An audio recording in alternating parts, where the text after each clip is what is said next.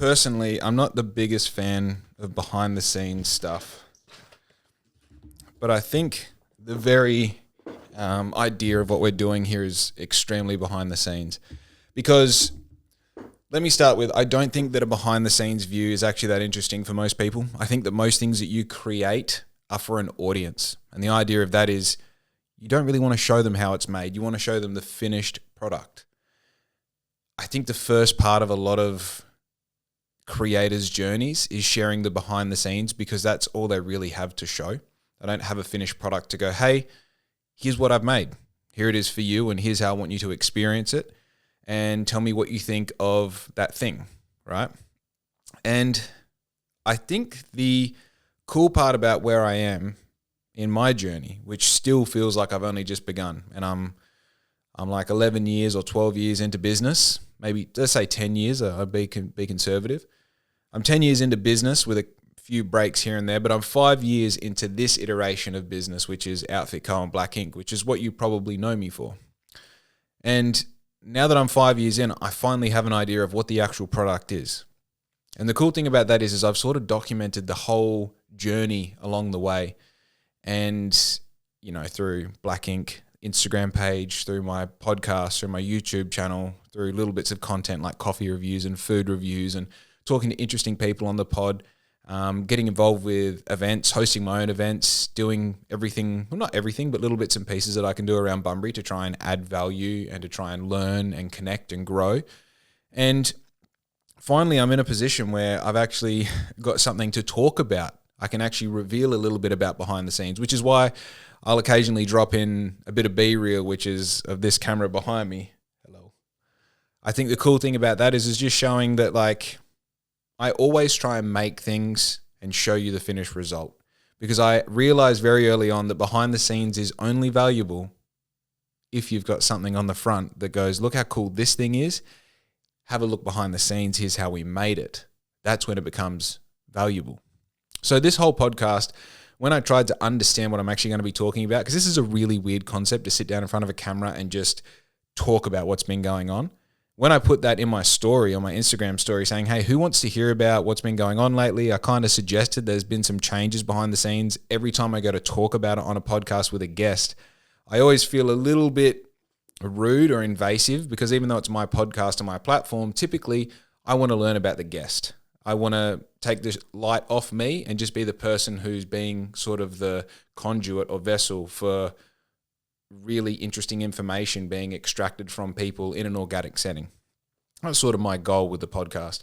And that seems to have worked really well, but it does also create a bit of a negative vibe for me when I start to talk about me. I like to sort of talk about me and then lead into a question. Here's my experience. What's your experience been with that topic? And then, you know, start a conversation from there, which I really enjoy doing. It just so happens. So that's really cool. It's a cool part of the podcast that I'm learning about people and learning about myself at the same time. But there is a bit of a shortfall in getting to actually talk about what's going on, which the original mission of the podcast was to document the process of Black Ink going from whatever it started out as into whatever it grew into. So the cool part about putting that story up and having people like, you know, I had 60-something people respond and say yes. I would listen to that solo podcast of you talking about your business. It's like this, finally, it's like I actually have something to talk about. Because mind you, the first 100 episodes of the podcast were me talking to the camera solo. You probably don't know that.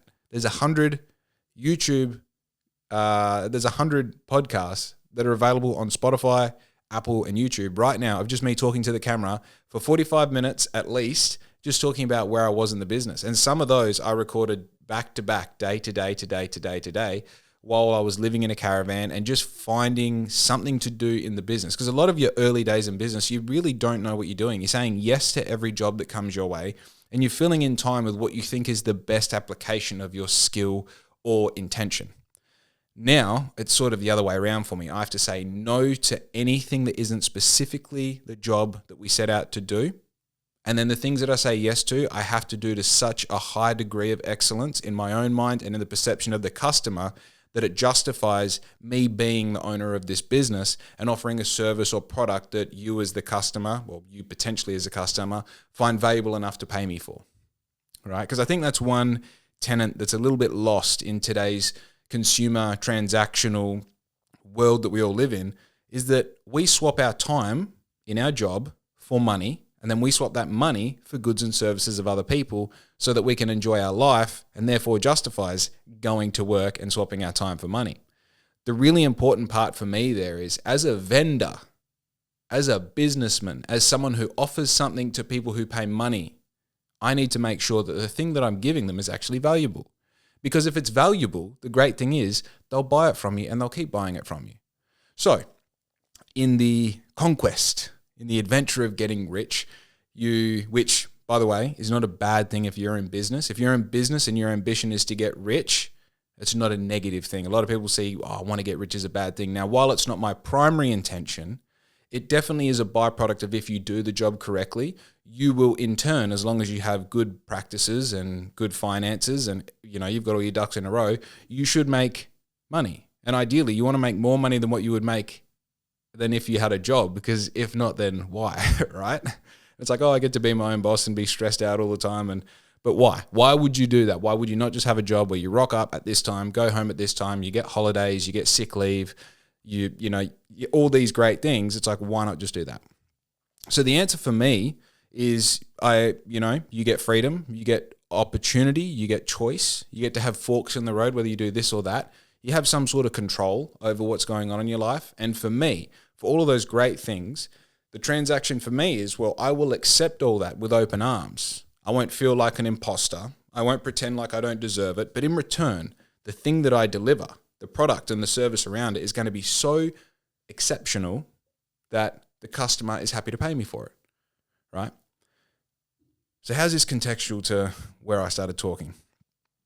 I'm at a point now where the scope of work that we offered at the start was so broad. I would do stickers, I would do fishing jerseys, I would do t-shirts, I would do uniforms, I would do content, I would create websites, I'd help people with their marketing. I would have coffee with anybody who asked me to have coffee with them, which is still kind of true, I guess. The part where it changed for me was essentially when the time starts to get lower and the things that are making you money get higher, if that makes sense.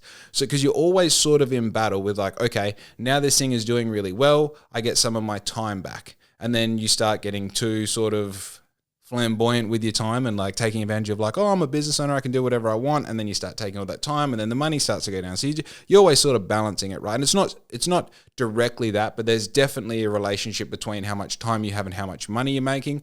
And the idea is that you're trying to make more money, create better systems, have more flow in your workflow, and also increase the amount of time you have. And there's heaps of different things you can do to swap and change things around. You can hire more people, you can create automations, you can build programs, you can upskill yourself in particular areas. But ideally, you're trying to buy back more time with your skills, product and service and business. And I'm finally at a stage now where I have upskilled myself enough. I've built a business. I've said no to enough things and narrowed my scope of what I allow my business to do. So in layman's terms, the amount of things that I say, yes, I will do that, is now a lot less than the amount of things I say, no, I won't do that, because it's not what we do specifically.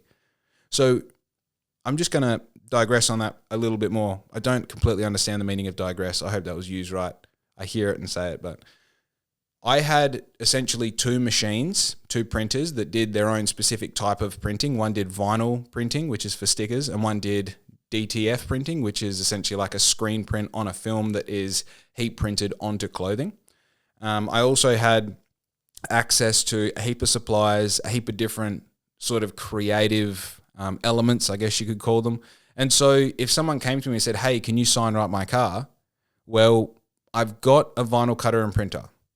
I've got the tools to apply the sticker to the car. I understand how to do that, and I've done it before, so yes, I will do it, right?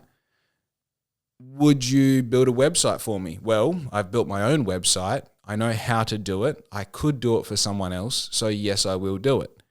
Okay, can you do our uniforms? Well, yes, I've got a DTF printer and I've got access to uniform suppliers, and yes, I will do it. Now, there's a big difference between what you can do and what you should do, right? So this is called scope. If you have a scope that's super broad, you say yes to everything that you can do. And when you narrow that scope to specifically what you should be doing, you're only saying yes to what you should do, which is quite powerful, because in business, going back to that being rich and making money thing, you say yes to everything because the more you say yes to, the more money you make. The caveat there is, if you say yes only to the things that you should be doing and no to the things that you can do but you don't want to do or you shouldn't be doing, you have more time to do the things that you should be doing. You can get better at them, and in time you can charge more money for it because you're now an expert in that field rather than being sort of average in a few different fields, right? So the exciting part about this is I'm starting to become an expert in the industry and printing field. Now, do I feel like an imposter saying that? Absolutely. But the reality is I've now been doing this for so long that I can kind of start to call it, right?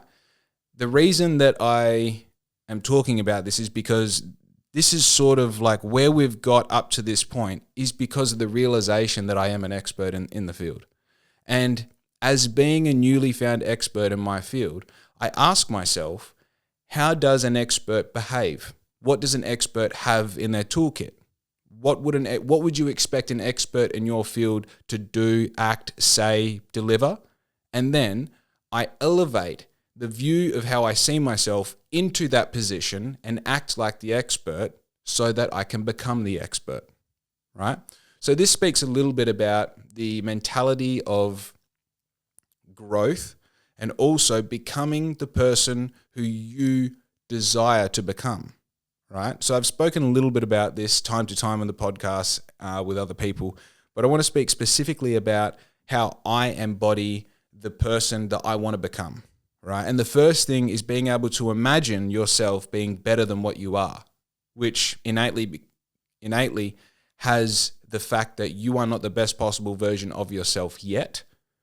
And in actual fact, you will never become the best possible version of yourself because you can always do a little bit better.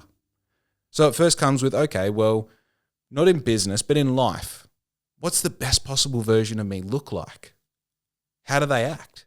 How does he wake up in the morning, and what's the routine that he goes through, and what's the thing that he finds important, and what's the driving desire behind all of this? And once I start asking myself those questions, at the start it's very daunting because you're like, well, the best version of me exercises every day and I can't really be bothered with that. And the best version of me is patient. And the best version of me makes time for people that they don't care about so that the other person feels valued. And the best version of me does all these things that, lives this pure heavenly life and doesn't upset anyone. But then you make one change and you make two changes and three changes. And these changes are really small to begin with. It's things like, well, I'm going to go pick up rubbish in my area. I'm going to tend to the garden that I can reach. I'm not going to worry about the entire world. I can't stop the terrible things that are happening over here, and I can't influence these bad decisions over there. But what I can do is make sure that my town is one that I enjoy living in. My city, I should say. My city is one that I'm proud of. And if I'm not proud of it, maybe I can ask myself, why am I not proud of it? Is it a me problem or is it a city problem? And if it's a city problem, can I help fix that problem? Right? Now, I'm not going to get into that whole side of things because I believe that's a whole other podcast. But I do think the cool part about having this conversation with yourself is it allows you to start making these 1% changes. And I mean, as overdone as it is, the 1% change theory I think is just beautiful because it allows you to not worry too much about making this absolute, pull the rug out from underneath your change and let you just be like, you know what, today I'm just going to brush my teeth properly and then I'm going to go to bed on time. And that's it. That's enough. I'm just going to focus on that.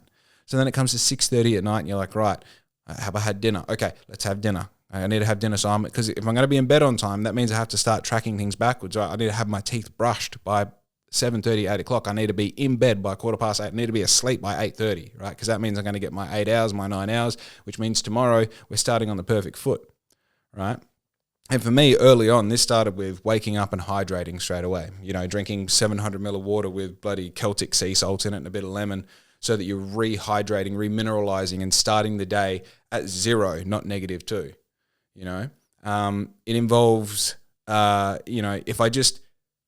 if I go step by step, sort of like the major things that I really implemented into my day to make these changes, it goes along the lines of hydrating, reminding yourself of what the goal is at the beginning of every day. Huge. Because if you understand what the goal is, the rest is easy. You're like, why am I doing this bullshit little task over here? It's because at the end of this comes success. At the end of this comes a better life, a better version of me, right? So the reminding yourself of the goal, the being committed to your diary, having a diary that keeps you honest and keeps you dialed into like, all right, I've got this thing in my diary that I put there 2 weeks ago. It's not important because I put it there 2 weeks ago. It's bloody important because it's today and now I know what's going on, right? So the concept that these 1% increases that are coming from this idea of, well, what is the best possible version of me look like? Having that creative imagination to just ponder and go, well, I sleep well, I eat well, I have good relationships, I like who I am, I like the results that I get, I enjoy what I do day to day, I'm a good person to my partner, my fiance, I'm a great parent to my dog, I'm there for my friends, I listen to people, I pay attention to what's going on in my life. If there's something that is causing discomfort, or I'm onto that and I'm fixing that, right? And then this is the magic. You be that person. Now that you understand what that person looks like, you don't have to be that person directly on day one, but you now have an idea of the direction that you're heading and you can start heading that direction. And after weeks, you notice a few little changes. And after months, you start to notice that just in general, life is a little bit easier and you handle things better. Because the best possible version of you probably doesn't get angry at a moment's notice. The best possible version of you probably doesn't look for confrontation, doesn't like conflict. So when it happens, you're looking to get better at it, right? And then life will test you. You're trying to be a better version of yourself. Here's a test to see how you're doing. And the first, in my experience, dozen tests are just absolutely horrible. But each time you're going, okay, I could have dealt with that better. I probably didn't need to raise my voice. Probably didn't need to have this aggressive or inflammatory response. It's okay, one day at a time. Let's do it. We're getting better. That's cool. Then you have that first time that things go well, and you're like, it didn't even feel like me in that situation, but it was me. I got to experience me being the best possible version of myself in real time, and I liked it. I really liked it. Okay, cool. For me, it's communication. I love communication going so smoothly. I love it in the podcast. I love it on phone calls. I love it when I'm dealing with customers, whether it's at the start, the finish, everything in between, whether it's problem solving or conflict resolution. I actually really like communication, probably too much. So the cool part about that is the reason that I can record something like this and it actually be valuable and listened to, unlike the 100 podcasts, the solo podcasts that collectively probably have about 200 listens. The reason why this is valuable is because, and I'm not putting myself up on a pedestal here, I'm just having a completely transparent behind the scenes view of how I'm experiencing life now.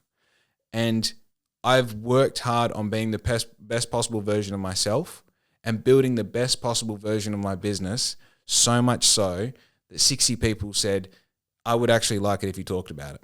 So now we've got the why out of the way. We can actually get into the guts of it. I'm sorry if that was a little bit technical and in the weeds. That's what I find really important, okay? A lot of what I just did describes the sort of framework about how these things happen, because I think one of the really cool parts about my story is to get where I am right now required a lot of miracles.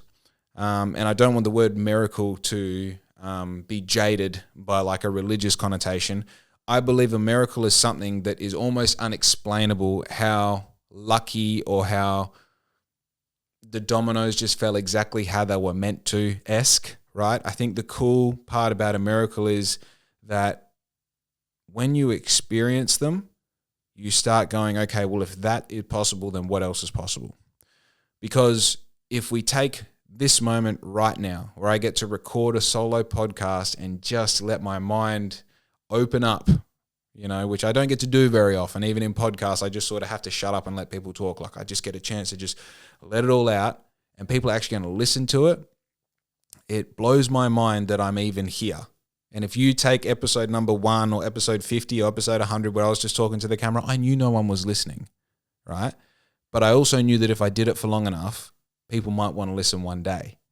And now, it's not that many people, but we are on one day where people are listening. So the miracle side of things is when I look at my trajectory between starting this version of this business and here, there's been like probably 10 significant moments where you're just like, how the fuck did that happen? How, right? So I'm going to speed run through that moment up until about 3 months ago. And then I just want to dig into the past 3 months because it's so exciting and I just really can't wait to sort of dig into it myself and just let it all out. So as you probably know, I'm going to pretend that you don't. Black Ink started in a coffee van. I bought a franchise called Cappuccino Express. It had a year left of its contract. And after that contract ended, I went independent and called that van Black Ink. Called it Black Ink so that I could do whatever I wanted with that business name because I knew somehow intuitively that I was not going to be operating a coffee van for the rest of my life. So it's taken ages for this water to fill up. All right. I knew that coffee wasn't going to be the thing that I did forever, but I did know that I had some time in that coffee van purely off the amount of money that I borrowed to get into that business, which now with my business mind was astronomical and way overpriced, but that is a whole other podcast as well. So we called it Black Ink, BLXCK, as you all know. And I eventually ended up selling the coffee van, but keeping the name after about 3 years. So I was in the coffee van for just over 4 years in total, sold the coffee van, kept the name. I then, I would call overall a pretty average experience in business. I didn't enjoy the business. I didn't enjoy the business side of things, but that's purely because a coffee van isn't a business. It's essentially a job. You are just the owner of the job. So if you don't work, you don't make money. So you don't have sick pay, you don't have any of that. And realistically, unless you're doing like 200 cups a day, you're not making real money. You're just sort of making money to pay tax and pay bills and stay slightly ahead. Now, when I got out of that situation, I had no interest in staying in business. So I got into truck driving. And then I was doing courier work, got into driving road trains. I drove road trains for a couple of years. In that time, met Riz, and we decided that, because I think I bought a caravan. Might have bought a caravan when I first met Riz around that time. And it was sort of obvious. It's like, we got to spend some time living in this caravan, because how cool. So we end up saving up all of our money, and our lease date was coming to an end. We said, sweet, on this date, we're leaving in the caravan. Well, as it all panned out, that date that we were meant to leave was the day that the borders closed for COVID, which was, you think it's game over. But my tenacious spirit did not let that be the case. We found a spot in Mandurah. We ended up living in this spot for about, 12 months, 18 months in the caravan. And we ended up moving back to Bunbury and living at the back of my dad's house for another couple of months.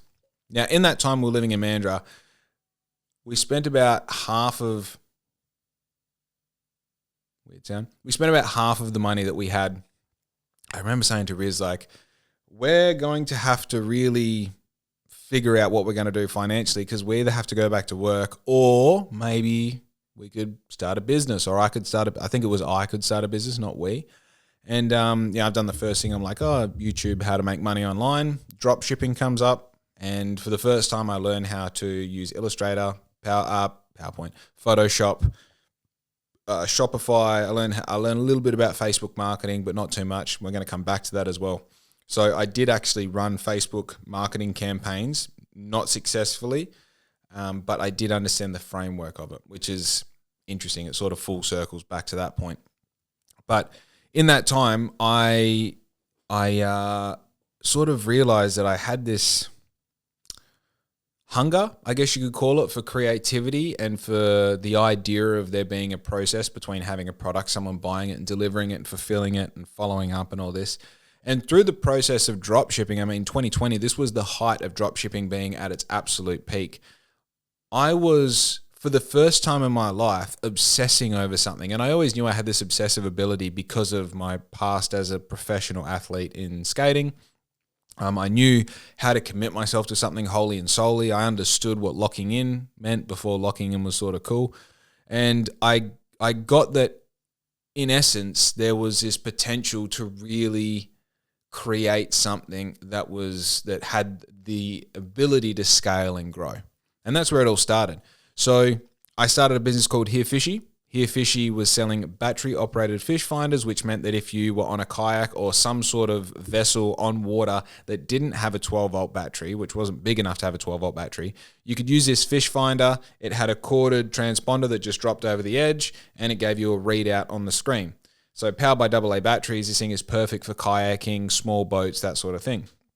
So I actually ended up importing like 100 of these fish finders. I was buying them for, $25 and selling them for $125, which sounds crazy, but the more you learn, it's about right. By the time you handle your shipping and your returns, and some of them aren't good, they're faulty or whatever, it's about right. I sold about half a dozen of them and realized like there's so much more to this. And also, I don't fucking care about fish finders. I don't care about fishing. It's not an organic thing for me. I'd done a little bit of fishing and camping, but it's not what I'm about. And in the background, I've got friends asking me like once every 6 weeks, once every 4 weeks, like, Black Ink, what's going on with Black Ink? You still have the name, like you should do something. And I had done little projects, and keep in mind, I had created some merch while I had the coffee van. That originally started with me making uniforms for myself that when people saw them, they're like, oh, we love these. Can we buy them? So I would take pre-orders, take their money, get them made, and then deliver them the shirts. That then turned into me making like little collections where there'd be like 4 different designs, and I make super small batches of each and have little events where people would come and buy them. I think I made a website at one point, but it didn't quite work. Anyway, it didn't quite work as in I wasn't conclusive. I wasn't tenacious enough to figure it out, make it work. And also, like, if anything was more than 20 minutes work, I just didn't do it, which now blows my mind because I'm happy to lock in for like 8 hours at a time uninterrupted and just get shit done and do it back to back, week to week, month to month, as it turns out. But we're going to get there as well. So the cool part about that moment was I was starting to get this grasp of like, okay, I know how to make websites. I know how to design. I know how to create assets for websites, which is, assets as in I know how to now create mock-ups where I can put that in on a tile on Shopify on a website, so someone can go to a website and go, there's the product, there's how much it costs, there's the button to buy it. They can click the button. I've got I'm with a third-party payment processor that, takes the payment and gives me the money. Like, I can start to see that there's like something there. There's like a process there. Why not do it with Black Ink? Cool. All right, let's do it. Fuck the fish finders. Not doing that anymore. Doing it with Black Ink. So I start designing my own stuff, and I found some third-party producers of garments where you can upload your design onto a shirt, and then they print the shirt and send you the shirt. So I'm like, cool, all right, I can make these products, put them on my website. People can go, yep, I like that, and then that order comes to me. I send that order to the third-party printer. They print it, send it to me. I then send it to the customer. Bob's your uncle. I'm like, sweet. The only problem is it cost me $50 to make that shirt, and I'm selling them for $60. I have to sell a lot of shirts before I'm making any money worth talking about, right? And also, I'm essentially a coffee van brand that has no real audience based around wanting to buy shirts off me. They know me as a coffee guy, sure. But Black Ink, I think at the time was like maybe 1,200 or 2,000 followers. No, it wasn't. It was less. It was like 700 followers. Wow, it was too, because I remember when I clicked 1,000, Riz made like a celebratory cake with red frogs on it. Okay, so I had under 1,000 followers, and I also, I think we have a delivery. I also had no real connection with my audience as being a t-shirt brand. Right now, this is also in the middle of COVID where everyone thinks they're a t-shirt brand and everyone believes that they have the creativity and audience to sell to. Who cares? So Gary Vee was really big at the time, and I realized that his basic advice was post 3 to 5 times a day and start a podcast so that you have clips that you can clip up of you talking about your brand, your niche, and you can use them as marketing as well. And then people get to trust you and know you, and therefore it's easier to sell to them because you've already got that relationship with them. They are supporting someone that they know and that they actually want to see succeed. So I took both pieces of advice, started a podcast and post 3 times a day. Now, the thing when you post 3 times a day is you quickly realize that posting 3 times a day and posting 3 valuable pieces of content a day are totally different. Let me say that again. Posting 3 times a day and posting 3 valuable things a day are totally different. Now, there's a very clear metric as to what valuable pieces of content are, and it's simple. If people are watching it, if people are liking it, if people are commenting on it, it's good. And if not, it's not. So I took posting 3 times a day very seriously and essentially just started to figure out, okay, people in my lane love motorbikes, they love burnouts, they love high quality content where someone who actually is paying attention to what parts of the video do well and putting more of those in there. So I sort of sharpened my teeth on just making like the highest quality content I could with my phone. And because of that, I always made sure I had the latest phone with the best cameras, which was, in the iPhone range, I should say. All the Samsung people out there like, oh, we've had fucking 150 megapixel cameras for 15 years. Like, hey, dude, you still run a Samsung. Shut the fuck up, all right? So I was going out seeking this sort of content. I was looking for people on motorbikes, and at the same time, I started to twig onto little things like, oh, you can do like a coffee review. People see me as a coffee guy more than a t-shirt guy, so coffee reviews sort of make more sense. Started to get really confident in front of a camera because of the fact that I was doing the podcast and I was learning how to talk and not say fucking rah rah rah and fill in all the dead space with words that don't mean anything, which now, if you pay really close attention to, I have no filler words at all. Any pause that I make is on purpose. It's to get your attention. These are the small skills that I was starting to really hone in on because I was doing a podcast all the time. And like an insane person, I would listen back to them and go, oh, I don't like that. Oh, it was good when you did that tone difference, that sort of like leaving pitch at the end of sentences. So it feels like a question and it makes people wonder. And also, my mum listened to every single podcast and would give me feedback on it as well, which was a great help. So with this sort of like snowballing knowledge of like, okay, we create content, we're starting to design things, I'm making websites for other people. I've also got this like door sort of opening into the motorbike world. I'm starting to have more sort of legs in the community as far as like getting involved with the social skate, which at the time wasn't my concern. Someone else made the Bunbury social skate. And I realized that the more I looked around, realizing that I've got every hour of the day to myself to create and try and, like bring up commerce out of nowhere, like create things to sell and see opportunities to make money. And I realized that this is where I'm meant to be, okay? The weird part about realizing that this is where you're meant to be is it sort of gives you creative license when up until that point you haven't had it. Because to appreciate that you're a creator is to know, okay, well, everyone's a creator. Sorry if you don't feel that about yourself, it's the truth. Everyone is a creator, but everyone is a creator in their own specific way. And to even start the conversation of what sort of creator you are means that you have to start sort of throwing shit at the wall and seeing what sticks. And it might be like, okay, so what's a creative person? It's someone who paints. I'm going to go paint, okay? And you get like half an hour into painting and you're like, I don't fucking care about painting. I don't enjoy this.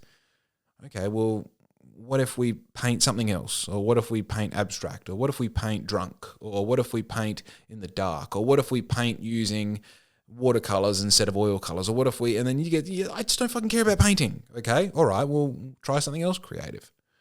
All right. I'm going to write. Okay. I don't like writing. This wasn't my experience. This is just an analogy that I'm making up on the spot because I'm fucking creative. All right. You write and you write and you write and you don't like writing, and that's fine. And then you go, okay, well, I'm going to dance. You dance and you dance and you dance, and that ain't it either. And then you try doing wheelies on a push bike. Okay, now this is my example. This is my analogy. I realized halfway through. And then you get better at wheelies. And then you get better at wheelies. And then you get really fucking good at wheelies at like 29 years old. Who does that, right? Who gets good at doing wheelies on a push bike at 29 years old, right? But then you see that we've gone from being able to just pull the wheel up to now we can pull the wheel up and have brake control, to now we can pull the wheel up, have brake control and go around corners, to now we can coast, be standing up on the pedals and just pull the front wheel up and find balance points straight away and just hover there, to sit down on the seat and keep pedaling and then go around the corner and cut off a car and do all these things. That's art, baby. That is art, right? You are a creator of something that wasn't there before you did it. Even if it's a moment, even if it's a feeling within yourself, that is art and you are creating something. And that was the license that I was recognizing within myself as far as my brand and my business went, which is very important. Behind every commercial interaction, transaction, there is a brand and a business, right? The reason why you have an Apple iPhone is because you buy into the brand. It's because you believe in the character that is the person who has an Apple phone, so much so that you replicate it yourself. Okay? Now, what I was experiencing, the timelines get a little bit muddled here, which I'm going to hone in on in a sec. But in this period of the business, I was starting to realize that not only am I perhaps a businessman, but I'm a special, not putting myself on a pedestal, unique sort of businessman in such a way that I can, instead of falling into a tier or falling into a category of what people come to expect and are comfortable saying that's that, I'm actually something different. I fall into a category of like, that dude's a bit of a wild man when it comes to business. He just sort of does what he wants and he seems not to care about what people think. These are not my words. I had people telling me this early on. And I'm going, actually, I don't fucking know what I'm doing. I have no idea what I'm doing. In fact, close enough is good enough. And as long as we can live to do this for one more day, then in my eyes, we're doing it, right?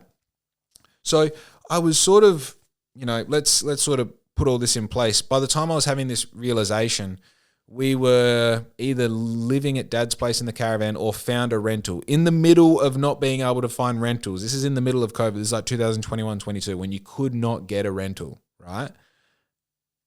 It was around that time I was having these realizations. Now, mind you, there was a point in living in the caravan in Mandurah where I ran out of money. And I had the fork in the road. It was like my first major fork in the road. And to go to the left at this fork in the road, metaphorically, it meant that I had to go back to work. I had to go drive a truck. And this being with Riz all day, every day, and with Louis all day, every day, and building this thing that at that point I was like, we're only 6 months away from this thing working, from it making serious money. And going back to work, and I hated that idea. And I remember my high-risk license, my forklift ticket, EWP and all that was coming up for renewal around the same time. To go right metaphorically in this fork in the road, I said to Riz, I need you to support me now. This is it. I think I've found the thing. And I know I'm calling it really early, but I think this is it. And I need you to support me. And without hesitation, she said, cool, do the thing. I'll support you. I'll support you.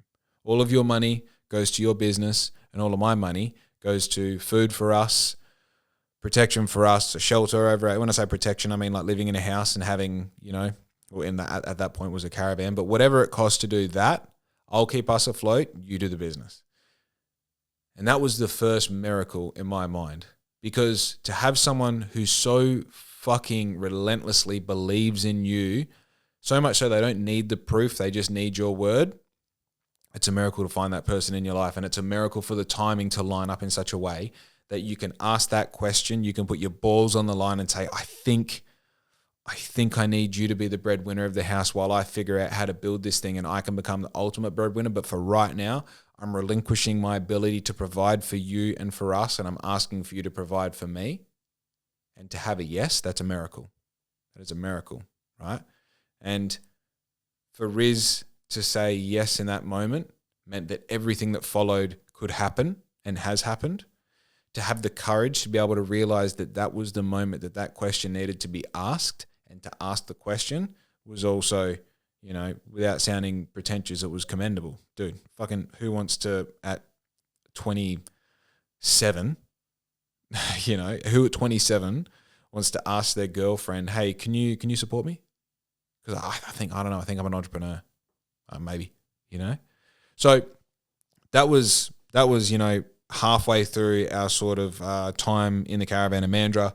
Fast forward, we're living at Dad's place in the back of the van. I remember we got a bad bout of gastro, and we're like down the bottom of the hill and you'd have to like waddle up to the toilet. I'm like, we can't keep doing this, you know, like here's a good example of why we can't be living like this for much longer. Also, my business at that point had started to fill one of the rooms in his house, and I realized that I sort of need more space if this thing's going to keep growing. So, struggle to find a rental. Dad's like, hey, you know, such and such has a rental that I think he's actually renovating at the moment that would sort of be perfect for you. And I'm like, I haven't got 2 cents to rub together, so it's probably a pointless call, but I called him, and he said, yeah, come around today. Went around that day. And it was funny, actually. I said, you know, we haven't got heaps of money. He goes, doesn't matter. Here's how much it is a week. And it was crazy cheap. It was way too cheap. And he knew, and I knew. Again, a miracle. And I said, are you sure? And he goes, yeah, of course, positive, all good. I don't even think he made us pay bond. Like, cash deal, good to go. All right, sweet. So we move into the house. I sell the caravan. I sold the caravan for a considerable, at the time, it was a considerable amount of money because we're making it work with the little bits of money that Riz was pulling in for now working part-time back at our old job. So we're, got to keep caffeinated. We're at this point of business now where we've got room. I've got so much content now online that I think I maybe had like 1,000, 1,500, 2,000 followers. Like I'd have these bouts where you grow followers like 100, 150 at a time. Then it would slow down and pick up and so don't pick back up. But I'm constantly posting. I'm starting to create podcasts. I think the first podcast that I ever did was while I was living at Dad's place, and I would record it in his bar room. And it was the first podcast where it was in his bar room now I think about it. So it was now, if we move into our own place, I can then set up like a permanent sort of podcast fixture because I was recording them all on my phone with a little lav mic. And of course it meant like tripod and that. I'd move all the stuff around in the bar. And so it was quite a big deal every time I did a podcast. And also you got like other people in the house and they're doing whatever and banging and crashing. And it's like, cool, their house as well. So you got to do the, respectful thing. So we moved into the house, and this is where things really started to take off. The money that I got for the caravan, I spent on a screen printer. I then, while getting screens developed for the screen printer, because I only think I did about like maybe 12 screens on that screen printer, learning how to screen print, I very quickly realized that I need to be specifically a screen printer if I'm going to do this properly and nothing else. The content, everything else has to go by the wayside because this is a skill that you need to understand. The good thing about it was, though, I realized that I can now buy the shirt, not for wholesale, but for considerably less. I could print it myself, and printing was essentially free because the screen printer came with screens and inks and squeegees and all the rest. So I had a good runway of being able to actually produce things without having to buy supplies to do the thing. And I realized that I can do shirts for a fraction of what they were costing me before. So I'm like, cool. Now I have to make shirts that are appropriate, designed specifically for someone who is entering the screen printing business so that I can create those screens, screen print those shirts, pack, fulfill, and post that order, right? So we're starting to now hone in on the idea that I can design something, I can produce something, I can market something, and I can sell it, right? This is where it all starts. So like the scope is starting to go from absolutely bizarre wide to starting to bring it in a little bit. Now at this stage I was like, well, let's start doing events. I'm still making other people's websites.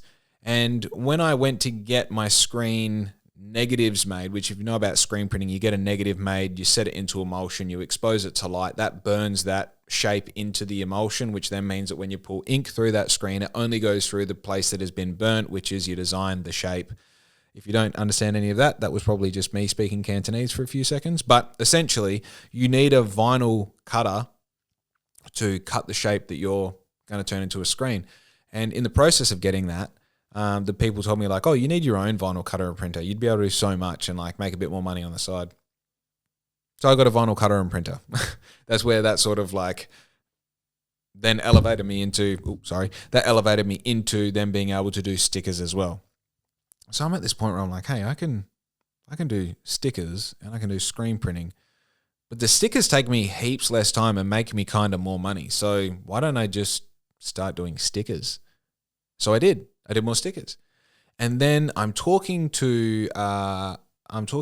even sure how I got onto, that's right. So a friend of mine had a heat press and he goes, dude, have you used a heat press before? I'm like, nah, it's that thick vinyl. Like I don't fuck with it. I don't like the product, so I don't want to get into doing it. He's like, nah, it's all different. You get a heat press and then you get your transfers from this place called WhereU, and it's not vinyl. It's like a ink. I was like, okay, cool. Learned about it, tried it, and I'm like, oh, he's right. I borrowed his heat press I remember the phone call. I was like, do you mind if I maybe borrow your heat press for a little? It's like, no, for sure. I borrow the heat press. Like, do your thing. It's all cool. It's like, sweet. So I got a hold of WhereU. I'm like, hey, can I just have like a sample pack? They sent me a sample pack. I remember when I first had the heat press pop up and I peeled back the thing and I looked at it. I'm like, this looks like it's what you would find at like Hillsy's or the Nike shop. This is amazing. It's not a vinyl press and it's not a screen print. It's this beautiful middle ground where it moves like a screen print, right? And of course, the big thing here is the bottleneck of screen printing is there's so much that goes into preparing the print before it happens that you have to be doing a large quantity of them to make it valuable to do the job at all. So if someone goes, hey, can I get 5 shirts? You're like, you can, but it's going to cost heaps to pay for all the time that it takes to prepare it. I'd rather you order 500. So this was like, okay, I can now order one of these or 100 of these transfers or 1,000 of these transfers. And at this point, I also had like a supply account with AS Color and JB's Wear. And so I was like, okay, now we're starting to like, all right, some things are happening, right? How exciting is this? So I get my first batch of my first batch of prints from WhereU through, and I'm like, all right, this is it. We do this. We now get our garments from AS Color, we get our transfers from WhereU, and then we press them in-house and then deliver it to the customer. That is our business. Love it. This is great, right? Screen printer, sold, right? So I advertised that, sold it to a friend of mine actually who I believe is still using it. It's a classic four color, 4-station heat press. It's got the heat tunnel as well. Great setup. And great if that's what you're going to do. As I said, it needs to be the only thing that you do to justify having that. It's also quite large and takes up a lot of space. So at that point, I then had this crazy idea to have guests on the podcast, which the first person was Gage. You can go back and listen to that. You can't, I think the audio is terrible. The second person that I had was the mayor, which at the time blew my mind. Still actually kind of blows my mind because it's like, what's he doing coming on my podcast? We then started to really hone in on, okay, we need our own heat press. And I also found out that WhereU, contrary to my earlier beliefs, sold what's called a DSL. No, it doesn't mean Dick Suckley. It means it's a vinyl that you can print on with a vinyl cutter and printer that then cuts it out that you can then apply to garments. So I don't like that application, A, because if it's too big, you can feel it. And B, it doesn't stand the test of time. The ink pigments on the vinyl itself will eventually fall off the vinyl. We learnt that over, months and years of doing it. But at the time, I was like, this is a great thing. So now if we need to do something straight away, I can design something 8 o'clock in the morning. I can print it at 9 o'clock. I can press it at 10 o'clock. I can market it at 11 o'clock. I can sell an actual version of it to a customer at 12 o'clock. And hell, I can repeat all of that by 2 p.m. and deliver it to them by 3, which means that in one day, I can imagine, design, print, capture on a photo, market on Instagram, put it on my website, sell it to someone, and deliver it all in the same day. Now, it's not a great product. It's not an ideal workflow. It's very bits and piecey, like you would be working flat out just to sell that one shirt. But the fact is I could do it. It's more than what I could do the day before, right? And it was certainly more than I could do a year before when I was buying it from someone in the East Coast, getting it sent over to then realize it's printed on a navy shirt instead of a black shirt. Yes, I've made every fuck up you can make, all right? So you can see now that I'm getting this momentum. I'm starting to go, okay, cool. I'm a creator. Okay, what can I create? I can now design. I've got websites. Okay, I can make my website cool. I can design better. I really like this brand. I really like that style. Let's put that together, make my own style. Okay, now I've been making all this content online. Now I know how to make content for my brand because I've been doing it for other people, and I've been creating these videos in the motorbike space. And I'm also learning how to talk directly to the camera with meaning, not have any dead air, have tonality, be able to pause and grab people's attention. Let's put all that together and use the things that are in our grasp, right? So to give you a bit of an update, Riz is now working probably 3-4 days a week and still essentially keeping the boat afloat. I was making money. Around this time, I started to get a little bit more serious. We're sending invoices in Xero. We had to get a pin-up board so that I could pin jobs up on the board that were happening, which was like a piece of paper with a little bit of information written on them. Nowhere near enough information. We weren't tracking purchase orders. We weren't tracking any of the stuff that we were doing with Velflex. Everything was just job to job, moment to moment, day to day, keeping our head above water. And, you would have these occasional wins and you'd have these big jobs where you're like, oh, I don't have to worry this week about, how we're going to pay rent or anything like that. But essentially, it was just fucking hard. You're constantly stressed about the next job, and making sure that for every job that you do, you're delivering quality, you're making sure that you're proud of your work, and if something goes wrong, you're fixing the problem, you're resolving any sort of problems that are happening as you go. But in essence, it was, and to a certain extent, it still is a struggle. You just sort of acclimatize yourself to the struggle and become someone who can deal with struggle. And also, here's a big, big tip for anyone listening in my situation or in the situation that I'm describing. You learn to not really worry. Fuck them. It'll be fine. We're not going to die. We all have each other. Everyone's healthy and happy, and we're going to be comfortable and safe tonight. That's the bottom line. That's what I really care about. And that's the only thing that really needs to matter. And if there's going to be a problem when we wake up tomorrow morning, let's have dinner and let's worry about that shit tomorrow morning. Let's not let that ruin tonight. Because I've let it ruin tonight enough times to know that it doesn't help you tomorrow. It just means that tonight is shithouse when it could have been just normal. The concept of failing is very short term for me. I'm playing 100% a 100-year plan. That means that I don't need to win today. I don't need to win tomorrow. I don't need to worry about the debt that I'm in now, as long as it works towards winning over 100 years. Now, a lot of people enter business and go, I need to, if I'm not making $100,000 a year or a month or a day right now, then I'm failing. I'm failing. Now, if you have that mentality, especially for the first year of business, you are going to go back to a job quick, smart, right? The reason that I let my high-risk license lapse and the reason that I didn't answer any of the calls from the blokes who own trucks that wanted me to drive them is because I was burning bridges on purpose. If you create an environment where you can't go back, you have to march forwards. And in having to march forwards, you go, well, if I've got to be here, at least let me be here to the very best of my potential and ability, and let me see what's actually possible when I give all of myself to this situation, this problem, this environment, right? So I had that mentality which, mind you, over time scales up with intensity for sure. Like right now, that's a very important thing to me. Back then, it was like, all right, well, if we're gonna do it, we may as well. Like I'm still smoking weed flat out. I'm still fucking around, and like I'd stay up late and do all these things, which you sort of know in the moment aren't ideal, but you also know that you're doing better than if you were driving trucks. So who cares? You're getting more enjoyment out of life. So who cares? So it's a very it's very interesting the stance at that point, because it was like, all right, we're now starting to win.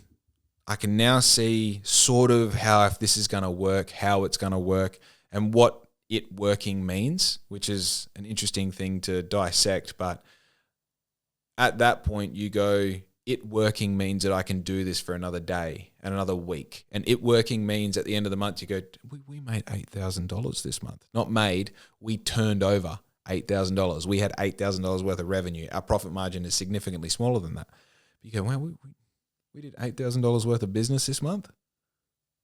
That's crazy. $8,000 of money came into my account because of a business that I built from a laptop in a caravan. Like, let that sink in. This all started around one MacBook Air that I sat down and YouTubed how to make money online. So that's where we started to, like, I would call that the start of what you're experiencing now, that has turned into Outfit Co. Now, what happened from there is essentially we just started to refine each part of the process at different times, so that if you said there's maybe 10 steps to our process, I essentially just started at the beginning and made that better. And then once that was better, I went to the second step and made that better, and so on until you get to the 10th step and you make that better. And then you go back to the first step and go, right, well, our first step is not in line with our 10th step, because you're learning each step of the way how to get better at getting better. So you sort of do a better job at step 10 than you do at step 1. So by the time you do step 10, you have to go back to step 1 and go, all right, now how do I improve this with all the knowledge that I got from fixing the 9 steps before it, which are the 9 steps after it, weirdly. But that is sort of the continuous thing that you then do on loop. So first you sort of build a process, then you acknowledge that you have a process. Okay, the customer reaches out. We build a project. I get money from them for the deposit. I order the goods come in. I put the presses onto the goods get boxed, I deliver them. Okay, cool. There's our process. I acknowledge that exists, and this is essentially, in essence, what my business is, step 1 to 10. Now I need to get the steps better. And you don't need to make the whole thing better at once. This is going back to that theory that I said before, where what does the ideal version of me look like? And then work on one piece of that at a time. So you can eventually, after time, go, okay, cool. My communication has improved. My self-care has improved. My relationships have improved. My conflict resolution has improved. And now overall, I'm just becoming a better person. But once you get to the last thing that you want to improve, well, then you go back to the first thing, which was communication in that example. And you go, okay, are we still as good as we can be? No. Okay, cool. Let's get better at that. And you sort of go through that revolution. And that structure, by the way, works throughout everything. If you've got a hobby that you want to get better at, apply that structure to it. Imagine, what's the best possible version of me doing this hobby? And then do that bit by bit. And by the time you get to the end, start at the start. Your relationships. What's the best possible version of my relationship with my fiance look like? Imagine it. Figure out the steps. Do the steps. Repeat the steps. Bang, bang, bang, all through your life. That's sort of one of my cheat codes, is just like using that theory every time I want to get better at something. It's like, okay, cool, start from the start, do that. So I said I'd speed run from the caravan up until 3 months ago. And so far I've taken like 45 minutes to explain getting to the point that I'm at, which is probably not even halfway. My apologies.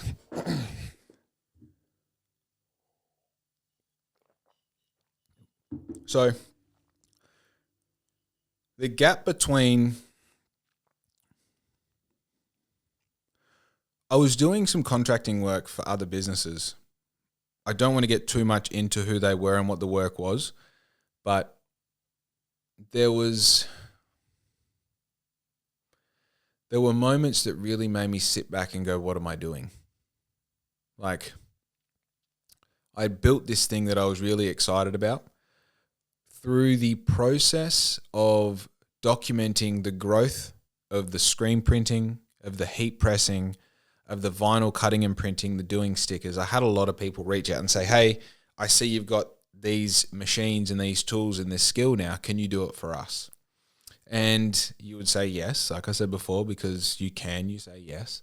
And I would then record the process of me doing that and then put that onto my Instagram as well, which then had other people go, oh, you're doing their t-shirts, can you do my t-shirts? And then after a while I realized like, oh, I can do other people's merch and uniforms. I can do their stickers. I can do their sign writing. I'm like a total like decoration specialist, I guess you could say. So I was just saying, yes, yes, yes, yes, yes. Yes, I can do that. Yes, I can do that. Yes, I can do that. And that was sort of a snowballing effect of realizing that, well, my business actually isn't Black Ink being a clothing brand. It's me being the creator for other people's brands and businesses, right? So already you're starting to look and go, well, what was it all for? Well, it was to be a clothing brand. Actually, it wasn't. If you go back far enough, it was to not have a job. It was to be able to keep on spending time with Larissa and Louie all day, every day, because I really, really enjoyed that. I love that, living in a caravan. You sort of couldn't escape each other. It was so small. And because the caravan was so small, you would find yourself having these adventures, like on the property that we lived on. You'd always be up to something. And because Louie was so young, it's always like having her experiencing things for the first time. It was just such a beautiful moment in our lives. And I was replicating that with the business because I was doing everything from home. And I very quickly realized I don't specifically care about Black Ink as a brand. I think it was a good stepping stone for me to get to wherever it was that I was going to end up. And I don't care about what I do day to day as long as I get to do it with Larissa and Louie. That's really important, okay? I am not obsessive and passionate about uniforms. Might come as a surprise. I'm obsessive and passionate about doing a good job at whatever it takes to provide for Larissa and Louie.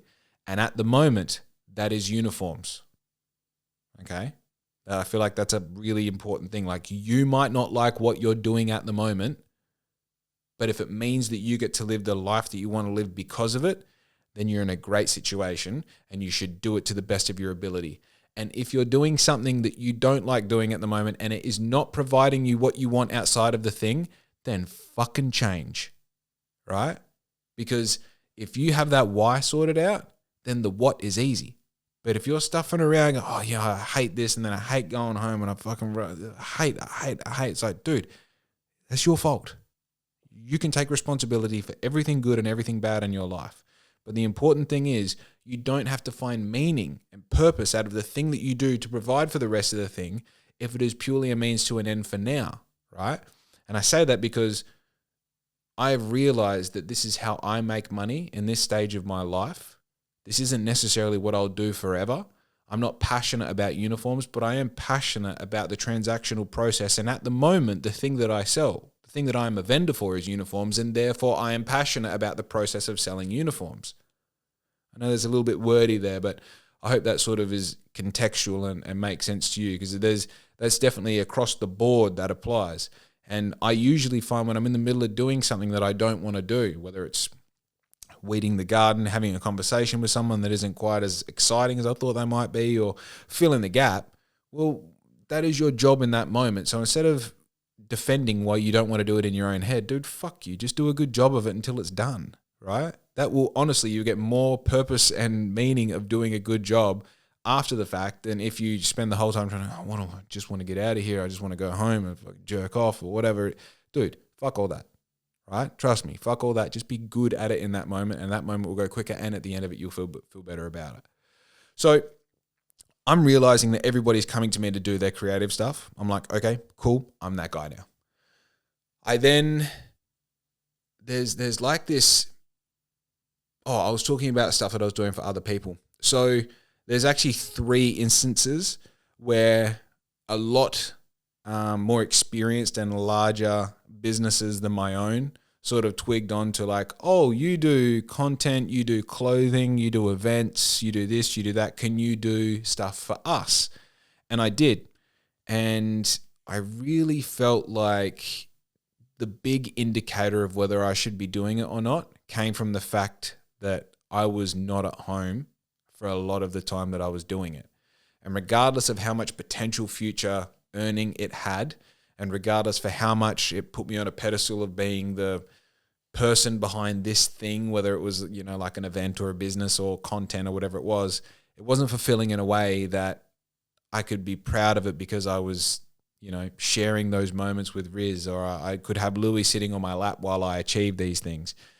And it was really easy to go like, I don't think this is a me thing. I think this is a temporary thing. And I think that my why, what's the whole purpose of this is starting to get a little bit lost. And by doing this for you, I really feel like you being those businesses, I was doing the opposite of what I set out to do. I may as well have a job. You know what I mean? You may as well get rid of all the equipment you've got at home that you built so far into this cool thing that you're like excited about and somewhat proud of.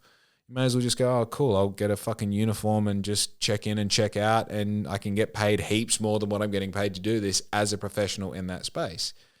Which in business, it's crazy because as a solopreneur, I think they call them, an entrepreneur who does everything themselves during the startup phase, you sort of learn marketing and accounting and production and the skill that you initially had. You put on all these different hats as a business owner, and then you realize like, oh, I could actually do other people's reconciliation of their bookwork. I could actually do other people's marketing. I could actually do all these things as consultant for other businesses because I've had to master it myself, which, yeah, that's a whole yarn of its own, by the way. So I sort of like realized in there, like, okay, we need to get back to reclaiming all of this time for myself. Don't get distracted by shiny things over there. Like, just get really good at what you're doing. You've got to just start at step one and do the thing that I said, right? Which is getting better at whatever it is that you do. So with that in mind, I went back to the drawing board and just really said, okay, cool, this is what we do. Let me do the absolute best possible version of this that I can do. And somewhere along the lines there, someone said, oh, have you heard of DTF? You can just pay by the meter. Instead of getting each individual graphic, which I was getting at that point from Velflex, they send you, say it's like this graphic here, that would be literally that size. Like it was the width of the graphic and the height of the graphic, and that was it. They said, oh, you can just like do a gang sheet, which is where you fill a whole meter worth of roll up with as much as you can fit in there. You can have big gaps around everything or small gaps and really cram it in there, but you pay by the meter instead of by the print. And I'm like, I'm already making good money paying by the print. If I pay by the meter, I'm better profit margin. That's like, business mind. I'm like, that's fucking easy, right? But what's the quality like?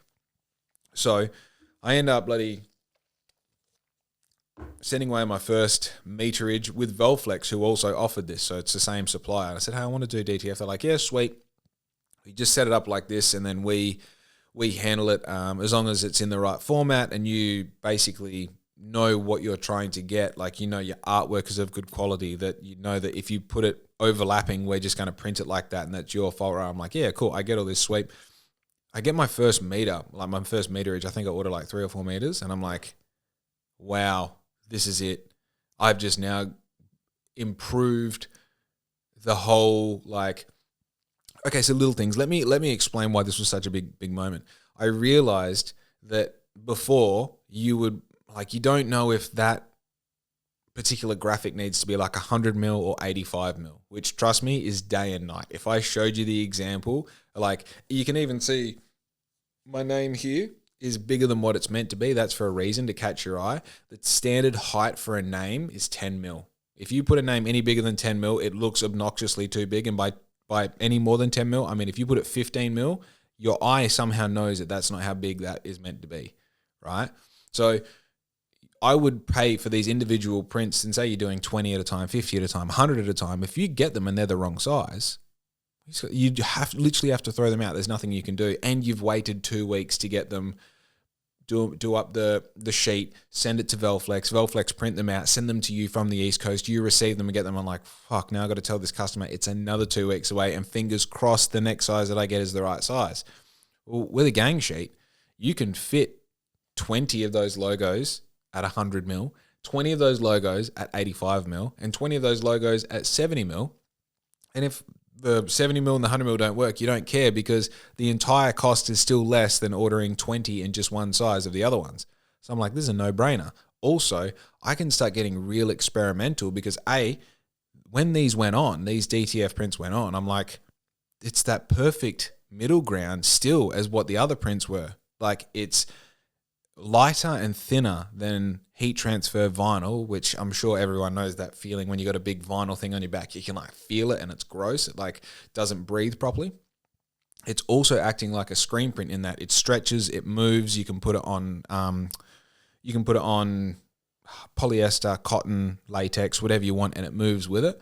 This is very cool.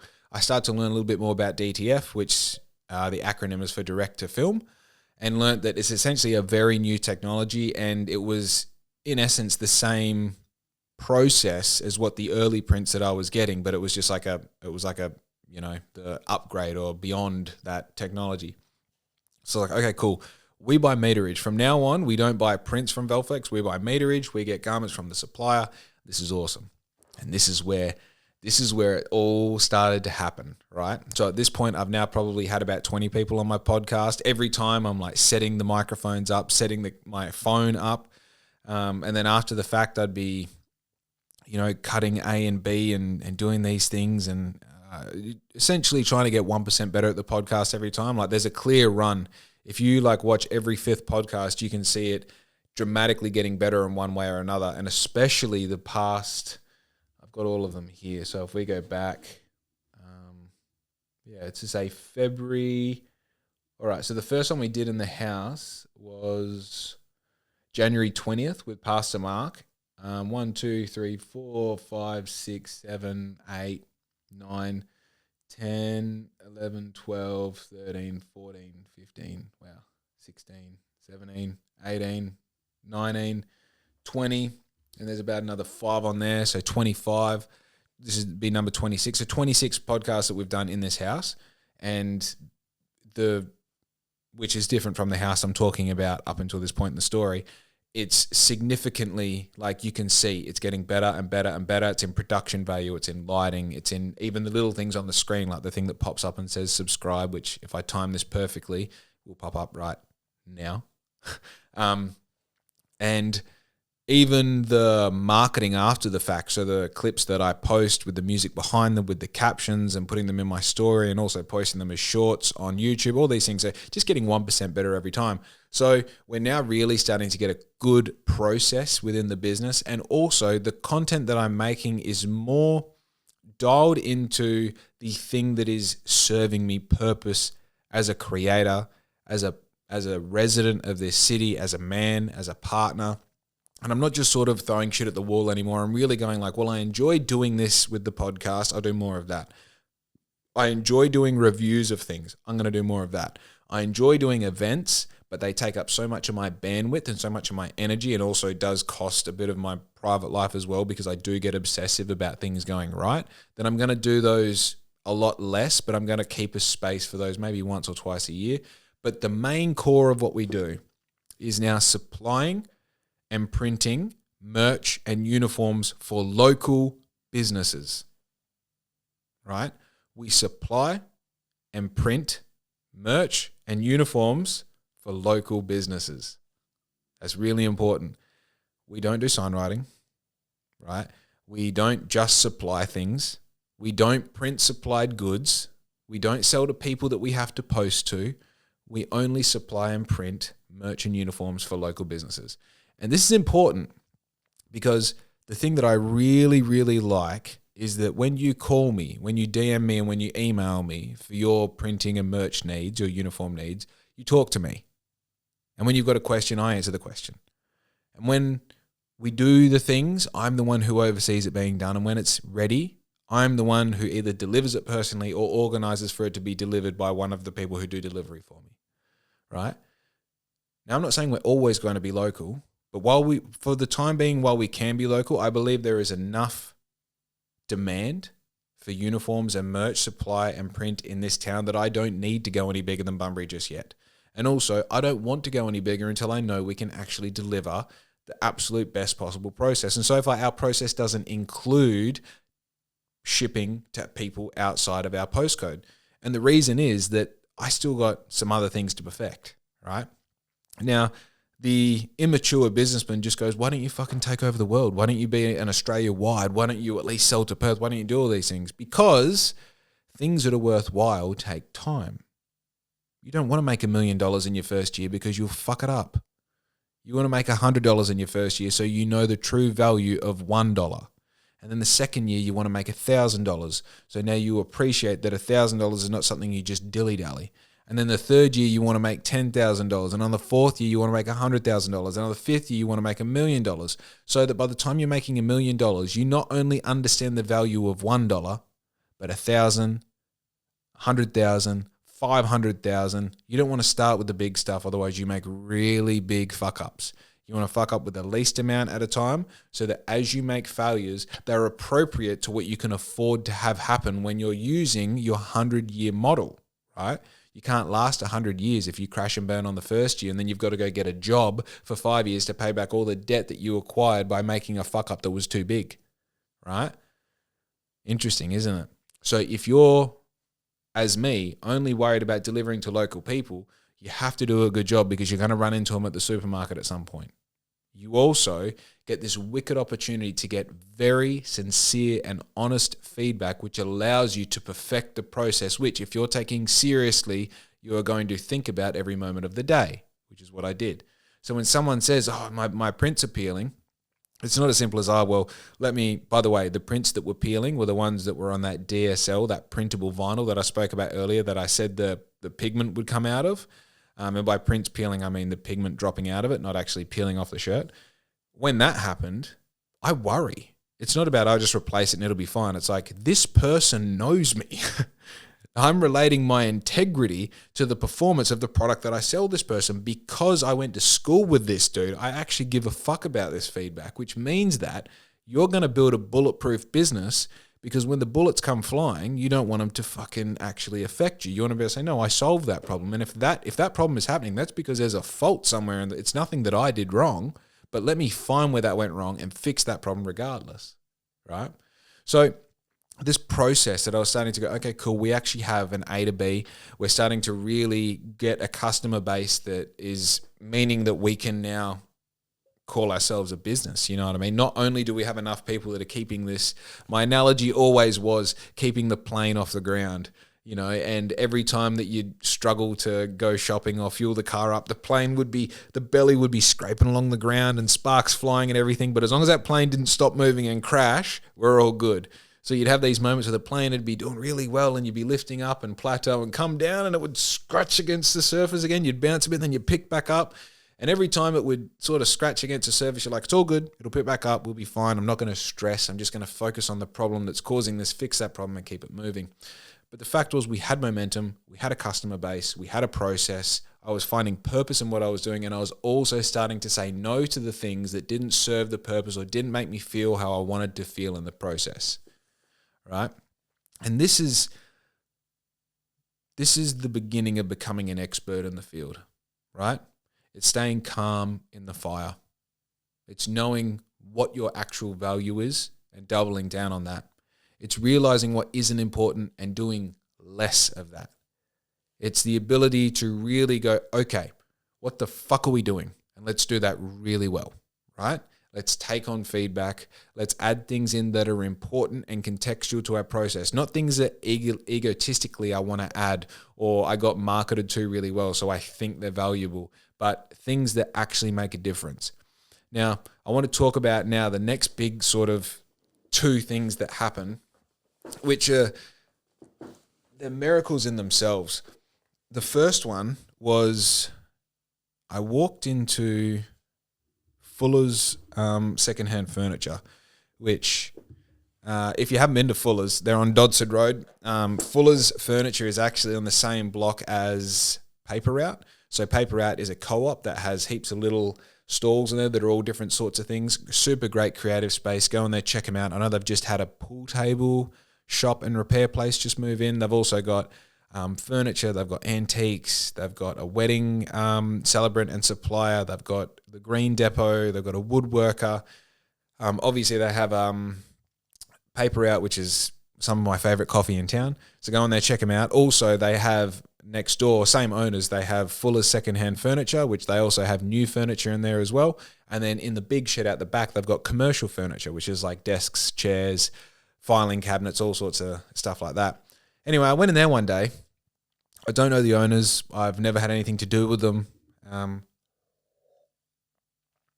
I walk in and I seen all these racks. No, sorry, before that I seen these. Do you remember the tables that they had in science class? They were super high.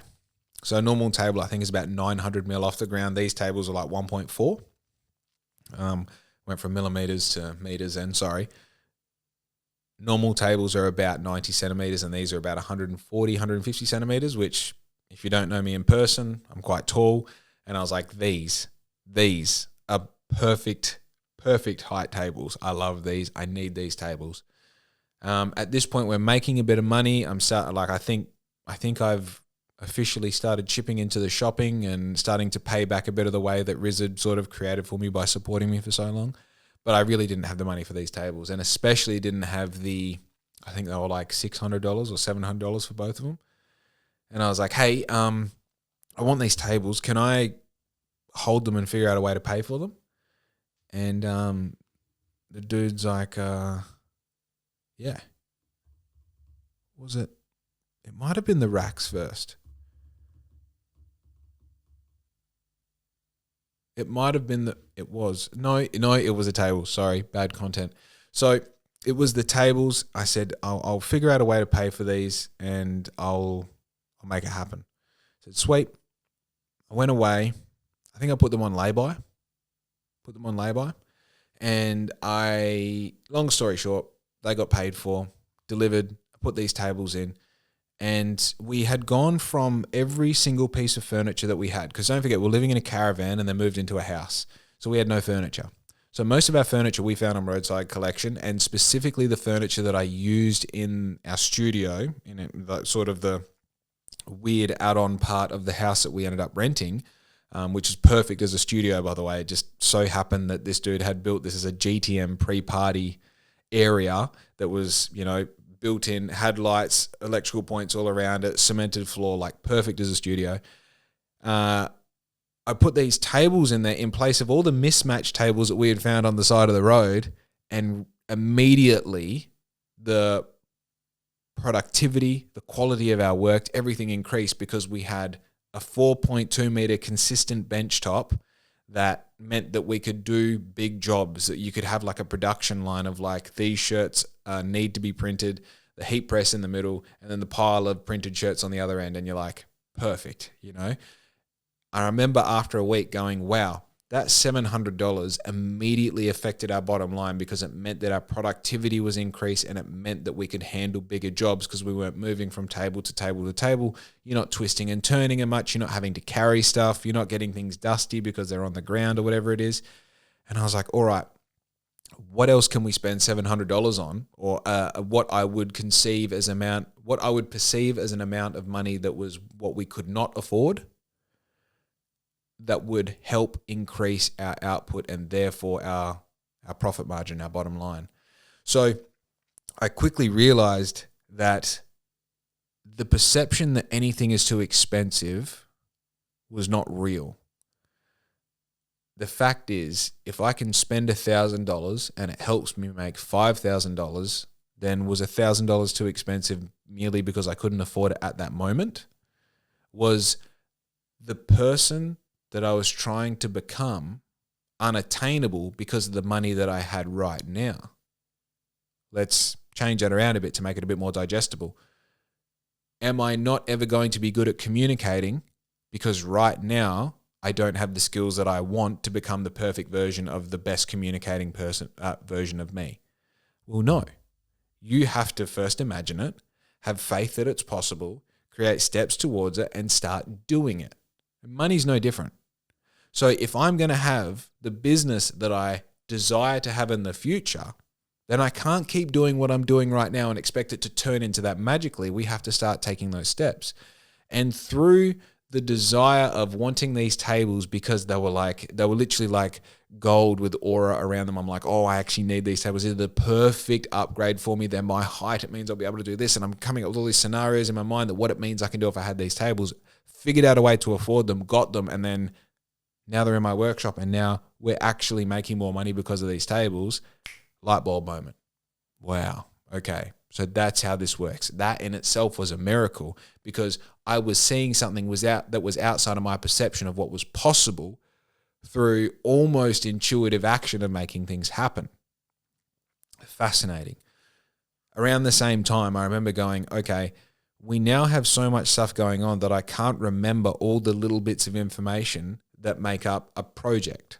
So a project in definition is a customer comes to me and says, hey, Jake, I want 10 hoods, 3 shirts, 5 hats, and some stickers. I'm like, okay, cool. So I like write all that down and I put the post-it note on the board and I pin it up there and that's what they want. And then Riz goes, well, what size are the hoods? And I go, oh, that's right. He told me on my DM, sound 3 medium, Yeah, cool. And she goes, what style of hat is it? And I'm like, oh, yeah, good point. Right, what style? I realized that we need some sort of uniform, same every time form that says, right, who is the client? Like, what business is it? Who's the person that you spoke to? What's the date that this started? When's it due? What invoice number is it? Right? And at this point, I'm like, oh, I'm now ordering so much that I now understand what a purchase order is and the use for a purchase order, which if you don't know, it's an identifying unit for every order that you do with every supplier. So I can look up now and say, oh, let's use a real world example. So if we go purchase orders, the most recent purchase order was purchase order 265, which is ordered on the 10th of the 7th with Biz Collection, and it was for Outdoor World and Red Hot Engineering. Awesome. Now I know, right? So that then means that you can then go any of your purchase orders before that, know when they were ordered, when they arrived, da-da-da. So that was a piece of information that needed to be on this form. And then on the form, you can actually have a picture of the garment with the print that you're going to put on it, which is the mock-up that we've sent to the client that they've approved, right, which is also attached to the invoice, right? And it can say, right, that's an AS color, it's an AS color relax hood in black. There's 5 of them. The breakdown is 1 of every size, small, medium, large, extra large, 2 extra large. And the print is on the front 100 mil and on the back 300 mil. Beautiful. So Riz can now go, okay, there's the box of hoods and there's those particular prints. And I know this is where the print belongs on the front, this is where the print belongs on the back because it's all on the form. Huge. So simple as well. When I say it out loud, you're like, of course you need that. But the problem is, if you've made this business from literally nothing, from nothing at all, yes, there are other people who do screen printing. There are other people who do heat pressing. There are other people who do designing. But so far that I know of, I didn't really know of anyone who had built this creating other people's stuff from start to finish without a website, doing things via DM and all that. Like I know there's other people doing it, but there was no one that you can go, hey, what's your process? How do you log all this information? How do you digest that information if there's a separation between sales and production, which is, me doing the deal and then Riz putting it together, which at this point she was doing part-time. She's still working with her previous employer. So with that, I sort of had this like light bulb moment again where I'm like, okay, we've got the pin-up board. We've got the what did I call it? I think it's called one moment, please. What did I call it? Oh, it's in templates. It's called a job card, right? So I now had a job card, a pin-up board, which meant that we can now have multiple jobs on the go at the time. We can actually have so many jobs on the go because all the information is now encapsulated on the job form, on the job card. So this for me was like, okay, we've now got to a point that there's so much information that I can't retain it all and I can't keep referencing it in my, going back and go, okay, I ordered this from A. I actually had to create these systems that were because of the volume that we were experiencing, which, You go, cool. It's very cool that I came up from scratch with this job card thing. I'm very proud of myself for doing that. But also I'm proud of the fact that we're at a point where we're doing so much volume that it's even necessary.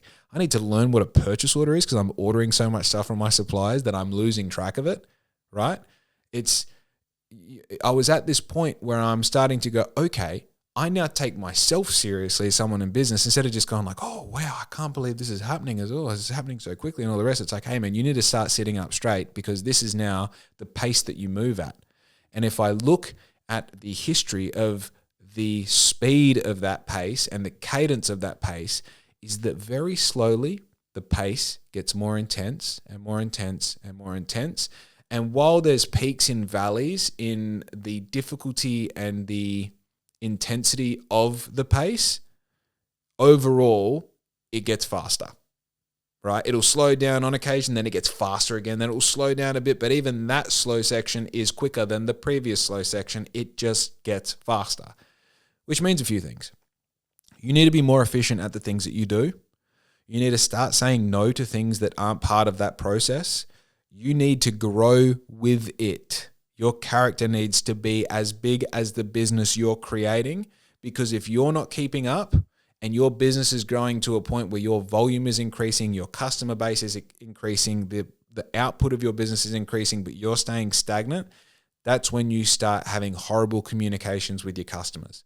That's when you start experiencing problems and not being able to solve them because you perceive yourself as not being someone who can solve problems of that magnitude, and therefore it is a business problem and not a you problem. But if you're rising to the occasion and going, this problem is bigger than any problem that I've ever faced before and I don't know how I'll face it, but I will, you will eventually overcome it. And that will then give you the ability to know that when you have a problem even bigger than that, you solve the other problem that you perceived as being massive and was actually sort of making something out of some mountain out of a molehill. You realize that, well, there's probably not much that I can't do on a long enough time scale. So therefore, I now see myself in my jack of all trades, swapping my hats as a business owner as quite the problem solver. And in fact, I sort of look forward to solving problems in such a way that I'm not intimidated by them. And when something really meaty comes across my desk that I go, well, I don't know how I'm going to deal with this, I just get to it. I grow with it. It's really important. The character that you are behind the business needs to grow at the same rate, if not a little bit quicker than the business, so that when the business demands you, you can be there for the business. The cool thing about this is business is a really good metaphor for life in general, because business gives you really logical problems to solve and life gives you really emotional problems to solve. If you can solve logical problems at a good pace and be able to really remove yourself emotionally from those tasks and go, okay, cool, what actually needs to be solved here? What are the elements that are involved? Does this problem actually exist, or are we making something up out of nothing? When you get all of those sort of skill sets, you can directly apply them to your personal life and say, hey, I can emotionally remove myself from these emotional problems and go, do we have a problem, or are we making something out of nothing? What are the elements involved? Who's involved? Does it need my input? If it does need my input, what's the best possible part of me that I can input into this situation? Because sometimes you feel like you need to rip the door off the hinges and say, oh, everyone fucking calm down. Where in fact, you need to be a calming presence and lead by example so that other people can go, oh shit, maybe I'm overreacting to this a little bit, and then they calm down. And even if they aren't overreacting, at least you're getting a better result from a crazy scenario and situation. So that ability to be able to see what needs to happen in your business and, I don't know, as I said before, acknowledge that there is these things that are changing and there are problems to be solved. And as you solve those problems, being able to sit back and go like, I saw the problem, I solved the problem. By doing that, and sometimes it's not even a problem, it's just an improvement. You go, this is working, but I think we can make it work better. And while I love my little sticky notes that have the information on it, the job card was such an improvement that it's like, oh, okay, just like spending $700 on tables that improved our workflow, I've created this job card that now allows us to store a lot of information and take on more work, which we can handle because we don't have a time constraint at all. Like, we can definitely fit more jobs into the day. So now, instead of having 5 jobs on the go at once, I think at one point we had like 15 jobs on the go, and you're like, this is our life now. Like, we are now doing this. Very cool part of the business happened then. Very cool. I started having the conversation with Riz probably 2 years ago. We were living in that house. I'm like, I want you to work full time for us, which means that, and this is, you know, this is vulnerable to talk about because it's quite a it's not a sensitive topic, but I guess it's just a reality, right? So she's gone from, I'll 100% support you, and in her previous you know, career, she was able to make enough money that meant that she could do that. She could say that, you know, and by asking her to work full time for the business meant that I believed that it had the potential, with both of us working it, to not make that same amount of money, but to make enough money that we could at least survive. So at that point that I asked her to do that, it wasn't making enough money to do that. I don't think I was even paying myself a wage at that point. So I was essentially asking her to leave the security of what she knew already worked behind to continue to build this thing that I really think had legs, which at that point, you know, did it. There was a lot of me believing in it. And at that point, I believe there's a lot of naivety, because you believe that, well, as long as I don't stop trying, it will work, which that is the case. But also that gets more true the longer that you do that. And, you know, it's easy to have that mentality for the first couple of months and then the first couple of years, and you start you start losing at a slower rate and winning at a quicker rate. And you believe in yourself, like, I fully see this, but it doesn't necessarily mean that anyone else can see it around you. You know, my mum was my bookkeeper, and even sometimes I have to like rein her back and say, hey, I know it doesn't look good right now, but it will look good in time. You know, I know you only see the raw information that's in front of you, but over a long enough timeline, we win. And I see the timeline. I see the future earning potential. I don't really give a fuck about right now. As I said before, as long as there's coffee in my cup this morning, and the bed and the shelter, and we're all good and everyone's living and happy and healthy, the metric of success is we've already made it. We just need to do it for long enough for it to produce abundance, right? So with that, I've said, you know, come work for the business. I want you to be paid full time. You're going to take a pay cut, but the advantage is we get to do what I set out to do, which is we get to be together all the time. We get our days back. We get to spend time with each other. And while we'll be working per se, we get to work together and we get to have this experience, you know. And it took a little while. It took a while. You know, it took like a year between that conversation and Riz coming on board full time. And dude, that first year was just fucking hard. It's just hard, you know, because you're making lifestyle changes. We've always lived very much within our means, but not necessarily like comfortably within our means. You know, like I went without a new pair of shoes for a long time. I only just got a new pair of shoes in like March, April. I sort of let myself get them. I was so excited about them. I got the New Balance 9060s in black and grey. Say less. But that whole period of like swapping from, you know, I think this is it, to right, this is now it. We have to have the mentality of like, not only am I not going to stop, but we are not going to stop until this works. Let's put a pin in it there, right? Between that point and 3 months ago, I am sort of gonna like do a bit of a wrap up, because there's a lot of like technical stuff that happened, but the stuff that really matters was Riz was now working full time for the business. We were sort of uncomfortably getting by there for a while, because there is growing pains with like then sort of bringing her into the business, the learning curve of her understanding all the production side of things, and doing it every day is different to doing it every, you know, like 2 or 3 days a week. So we were getting our DTF meterage from Velflex. We were working together. We were enjoying our time. We would sort of, you know, like we'd butt heads on occasion, as you do. And like when I say butt heads, it was never, I think the cool thing about Riz and I is we've never like actually fought about anything. We've just sort of had long conversations about things and come to, you know, really healthy compromise or you know, agreements, which is our strength. You know, the fact that we can spend so much time with each other and not blow up at each other, I think is a miracle in itself.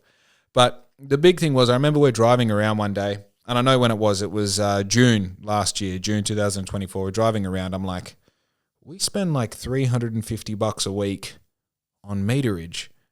So how much is a DTF printer? And whatever cost that is, if we divide it by 350, that's how many weeks we need to do this for before we would own the printer. And we're only going to get busier because based off our growth, we only get busier. We never had 2 months that were the same amount. They always get more and more and more and more.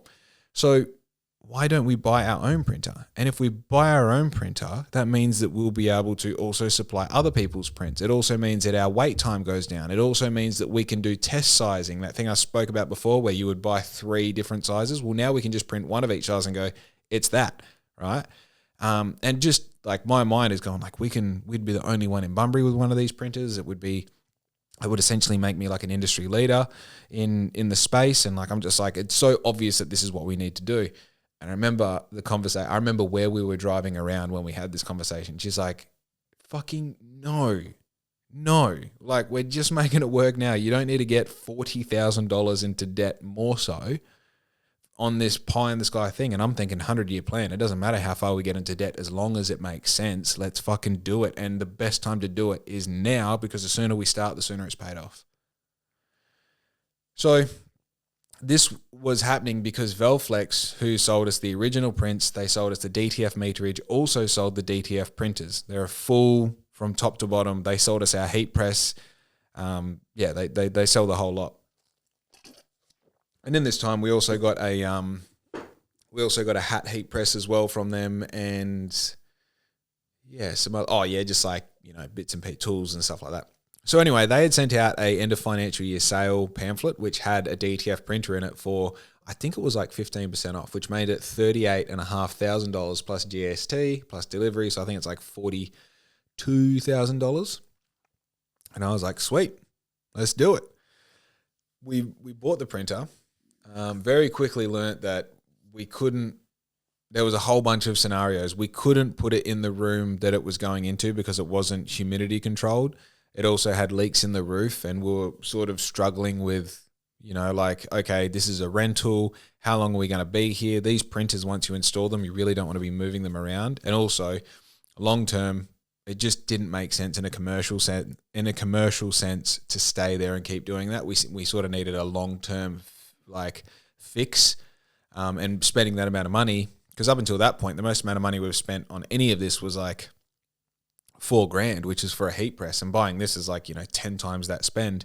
And at this point, like, we're doing like maybe $20,000 months. I don't know, like maybe let's say $15,000 months. So it was sort of like, on paper, it makes sense at $350 a week spend on meterage, like for sure get a printer, but also look at the greater picture here and does it really make sense?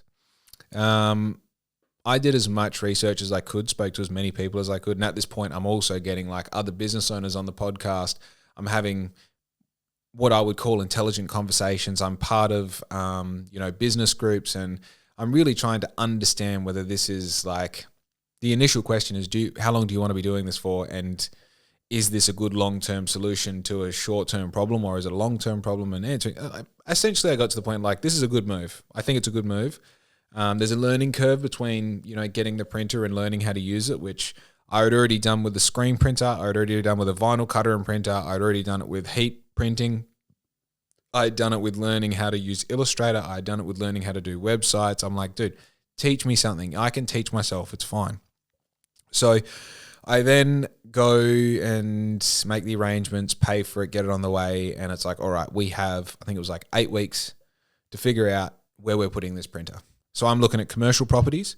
I'm looking at sea containers that are fit out for commercial use. Looking at maybe renovating that studio that we were in so that it was a suitable place for it to live for an extended period of time. And a new house. Like, can we get a new house? Can we, can we rent another place, or can we move somewhere that is big enough that we can grow into it?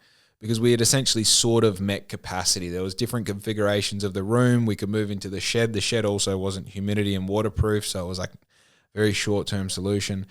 And yeah, we I don't want to, just for the sake of like what do you call it, privacy, I don't want to get too much into how the new house became a possibility, but I got a call one day and was told, hey, there's this new house for you to move into, and it's plenty big enough for your family to grow.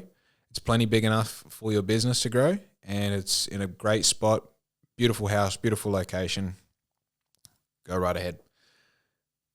And I fucking bawled my eyes out. It was a crazy moment because, again, it was a miracle that landed in my lap that only happened because I had worked hard for so long in the same direction, with the same intention, with the same tenacity and intuition the entire time, that people pay attention to that. Customers pay attention to it, but people pay attention to that, and people, yeah.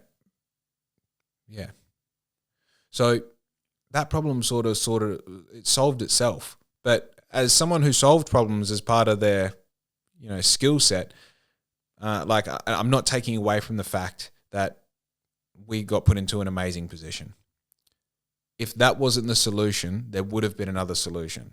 You just keep pushing until you solve that problem. You don't just get to a point where you're like, fuck, I don't know. And then when the printer arrives, you're like, yeah, chuck it in the corner. We'll figure it out later. I do believe that because I pushed so hard in the right direction, the universe took care of me, and in a very tangible way, the people who decided to look after me in that way elected to do so in such a meaningful way that, like, it really did allow that next step of the process to happen, which we moved in. While we were living in the other house, we got engaged. I asked Riz to marry me because I realized that the writing was on the wall, that I've always been of the mindset, like, I'm never getting married, never having kids. But if I am going to get married, she is the one who I'm going to get married to. So I did the thing. In the middle of being the most broke I've ever been, I bought a bloody crazy ring. It's not crazy, but it's crazy considering how much money I was making. And asked her to marry me, and also thought, well, I'm not getting married to half do this. Like, let's have kids as well. And she's like, yeah, I think having kids would be kind of cool. And we started that conversation, and I had a vasectomy when I was like 22, 23, 23, maybe 25. Who cares? I had a vasectomy in my 20s, got that reversed. That was not long after we moved into this house. We had our engagement party, which was awesome. Vasectomy got reversed, and then just as I was getting back on my feet, because I was out of action for about 6 weeks, the printer arrived. The printer that I ordered got smashed up in transit, and they ended up replacing it. It took like another month or so. They ended up replacing it with the model above it. So instead of getting a single print head DTF printer, I end up getting a dual print head, which means you go from being able to print 3 meters an hour to like 11 meters an hour, which is like a top end commercial printer for DTF printing. It's the same ones that Velflex use when they send their meterage. So now I've not only, for this by the way, it didn't cost me any more for this. That was just all they had access to. They're like, look, do you mind getting a better version of the printer? It just means you can have it like this year. I was like, absolutely, send it, like, amazing, thank you. I now have a printer that does the exact same result as what I've been getting from Velflex up to this point. So this means that I can now deliver the exact same quality that I've come to deliver and my customers know me for, but I can also do it at an even better time because I'm printing in-house. So that's absolutely amazing. Now, if we just speed run from that moment right up until 3 months ago, you pretty much just podcast after podcast after podcast. We're continuing to do our thing. We're now doing, like, I want to say a minimum $20,000 a month on repeat. You know what I mean? We had a slow month in February because we ended up going to Japan for a couple of weeks with a friends group. Amazing. We had a bit of a slow month in December because people just don't buy stuff in December. We've come to learn that over the past 4 years. But essentially, like, with just word of mouth and people coming directly to us, we learned that we're doing $20,000 a month, which means that that's enough for us to pay our wages, to save our money, to do our thing, to live the life we want to live, and, you know, still kind of, you know, enjoy what we're doing. And then this is the point that I sort of have been excited to talk about, and it took me an hour and 50 minutes to get there. So I'm very sorry if you've listened for the last hour 50 minutes going like, just get to the fucking point. Here we are. This section, this amazing like accelerated return point of, no, not accelerated return. What it is like the revolutions of all of this happening seem to have just increased so much in the past 3 months because of just sort of like the way things happen. When we got back from Japan, I said to Riz, I want to go sober because if you know a little bit about the getting pregnant process, you sort of want to, like, both of you want to be as clean lifestyle as possible. So I stopped smoking weed like ages ago. But I just wanted to stop drinking alcohol and like the occasional cigarettes and fucking around, just to completely like clean house, you know? I just wanted to focus on what food we're eating, making sure we're sleeping enough. And, you know, if we're trying to get pregnant, then, which you would expect after the vasectomy reversal, if we're trying to get pregnant, just making sure that we're the best possible versions of ourselves for that. And when we do get pregnant, knowing that, you know, you've got good quality sperm health and that Riz is as healthy as possible. So we've been sober for all this time.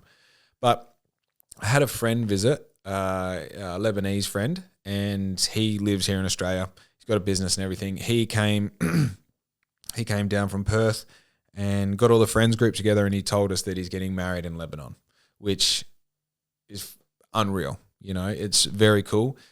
We all organically got an invite to the wedding in Lebanon, and this is before it really kind of, you know, sparked off about a month ago, I think it was, with all the stuff going on. I'm not going to mention it so it doesn't get flagged on YouTube.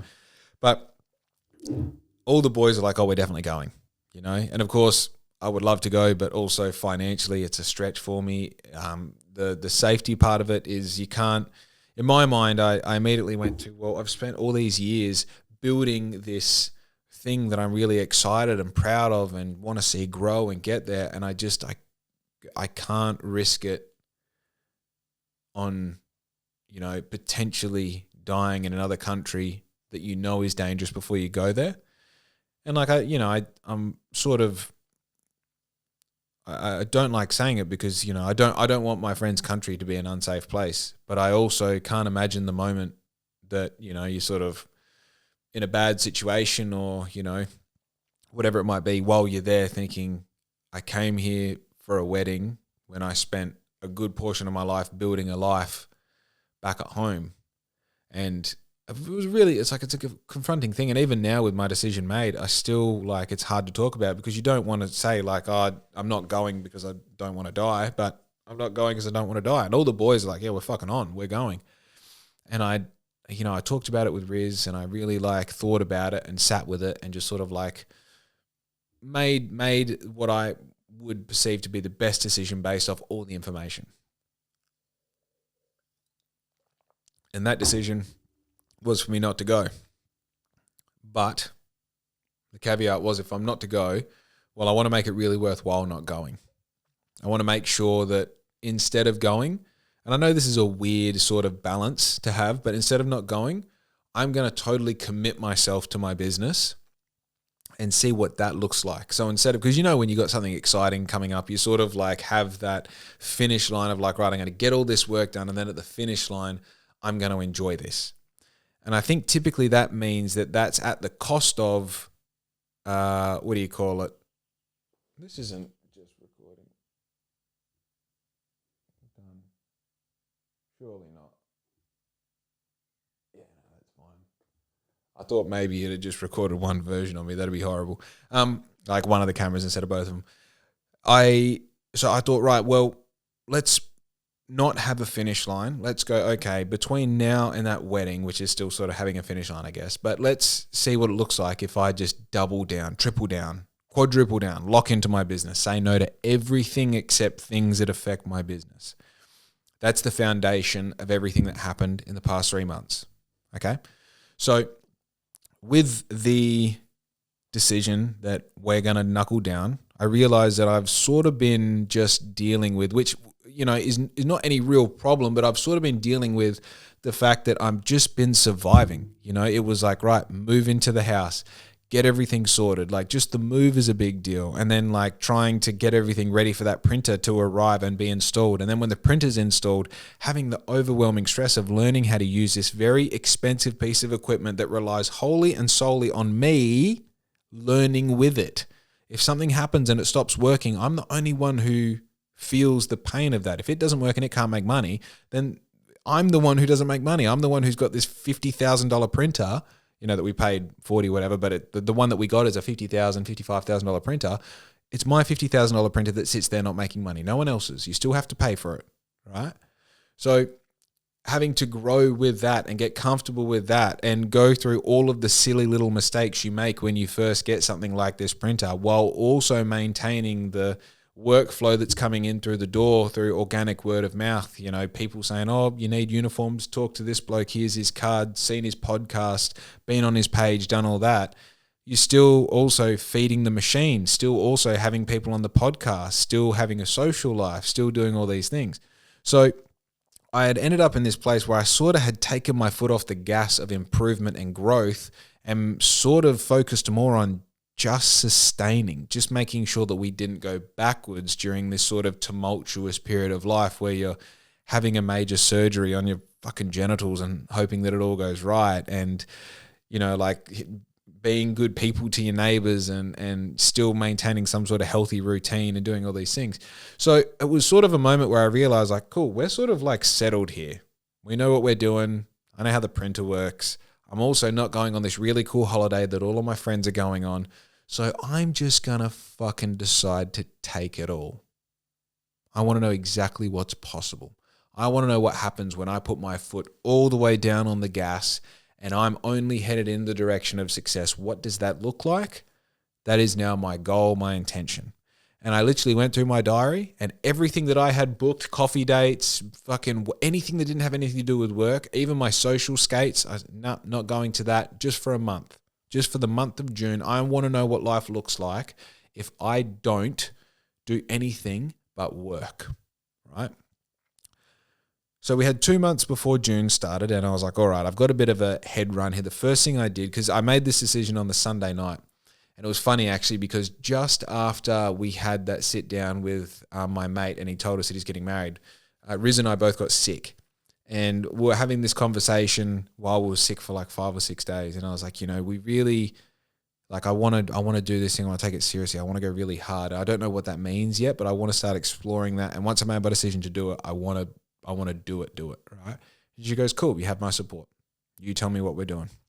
So I remember it was a Sunday night and I called mum and I said, hey, this Lebanon thing, I'm not going to go to Lebanon. Instead, I'm going to go hard. I want you to come around tomorrow and we're going to have a business meeting, right? Business meeting in quotations because mum being my bookkeeper, Riz being my head of production and me being in sales, it's sort of just like everyone who is involved in the business in a particular way is a part of the meeting so we understand like what the fuck is going on. And I had like these sort of main tenets that I wanted to touch on and sort of explain, here's where I think the direction is. And I remember jumping on like ChatGPT that morning before the meeting and just going like, all right, here's what I want to do. Like, I want to just knuckle down. Like, I think what I want to do is like go from $20,000 a month to $100,000 a month. I think we can manage it. Here are the weak spots that I think, what do you think? And ChatGPT is like, hell yeah, I think $100,000 a month. Like, this is what ChatGPT does though. I think it's possible. Here's how it's possible. Here's how you would build. Here are the important things, blah, blah, blah. So during the meeting, I sort of like hit all those notes and said, here's what our process looks like at the moment. I want to 5X what we're doing. At the moment, we're doing $20,000 a month and I want to get to $100,000 a month, which puts us at $1.2 million turnover a year, which is absolutely fucking bonkers if you consider that 5 years ago we were in a caravan, right? $1.2 million a year is now the goal. So we are 2 weeks away from starting this big plan of trying to go from $20,000 to $100,000 a month. And I realized that the main bottleneck of our process isn't in the production. It's not in the generating the sales, it's in the job card. Now, the reason that I wanted to explain how we got to where we are is to sort of explain how the parts all sort of join together. The job card was a major improvement at the stage we were at, and where we're at right now, having this conversation, this meeting, the job card was actually the part that needed improving because everything else around it, right? My sales ability through the roof, the speed at which we can turn a design into a print is now an hour instead of it being a 2-week wait. We can now get stuff from our suppliers at a moment's notice because we have the cash flow to afford it. We have the processes that means that we can get the deposit off the customer. We've got the supplier accounts, which means we can buy stuff and pay for it later.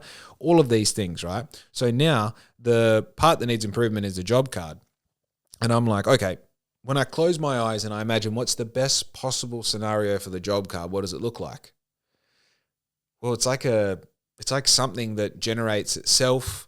It puts all of the information into like spreadsheets, and it means that everything is like sort of speaking to one another so that I only enter the information once and then it exists everywhere, whether it's for mum in bookkeeping, for Riz in production, for me in printing, for me in sales. It all exists in one place. And we're sort of brainstorming this during the meeting, and I'm like, all right, what does everyone think? Okay, I do know of these, like there's like Monday.com, which sort of like, all right, let's do some ChatGPT. Okay, we need to build, what's this thing that I'm thinking of? Well, it's called a database. Okay, so now we need to build a database with this sort of output, and this is what we're putting into it. What is that? Well, you're sort of talking about building an app. You're talking about building a program that manages all of the data that you have in your business. And I'm thinking, all right, I've learned how to build websites. I've learned how to illustrate. I've learned how to market. I've learned how to do all these things. And next I need to learn how to build a program. Cool. Why not? Hey, fucking let's go. So I do the thing. We finish the meeting. I'm very aware of what now needs to happen. And to make this happen for June, I've got 2 weeks to execute this thing, right? So firstly, to build all this, you need to understand what information you're going to put into it. So I start going, okay, well, we need all of the garments that we can do. And we would need all of our clients, probably another good thing. And we'd need all of our invoices. That would also go in there. And we'd need our purchase orders. Remember the purchase orders I told you about before? That would be in there as well. And then we'd have all of our suppliers. We would then probably have all of our DTF print sheets. Every time I print something, it's on a particular numbered sheet, and that sheet aligns with the purchase order and the invoice number so that Riz can put them all together after the fact. Okay, cool. That would go in there. And we're probably going to need like a projects tab. So every project you can go like, oh, who is it? The same thing as a job card. Who is it? What invoices it belong to? What purchase order? And all those data sets would all link to one another. So you can tell by the invoice tab what invoice that relates to, what project, what a purchase order, what mock-up, the information about the prints and everything, right? So essentially, whenever I enter a project in, it automates through all of that and creates purchase order and okays the mock-up for printing. And then, it essentially, instead of talking on the phone to the customer, manually entering their name and email address and blah, blah, blah into Xero, which means that we can invoice them, and then manually entering that invoice number into this job card over here and making the mock-ups, and then also creating a purchase order in this spreadsheet over here and then putting that onto the job card, and then reading off the job card as to the order with the supplier. Okay, that's right. That's double checking everything. Cool. Yep, sweet. Now we manually tick that off with a blue pen. So the blue pen means that it's been ordered correctly and all these things. And then that job card goes up onto the board over here. And then when the stuff arrives, we then tick this part off here. Instead of all of that, we have one digital interface that, depending on who is entering the information, changes for the bookkeeper, changes for production, changes for me as the printer, and changes for me as a salesman, but all ends up in the same database, the same foundation. That's what we're building. And plot twist, that's what we built. It didn't take me 2 weeks. It took me 6 weeks. And it was again and again and again and again hitting a wall and realizing that I'm just going to sit here until I climb over this wall. And I don't care how many times I bash my head on it, I'm just going to beat this, right? I'm just going to beat this.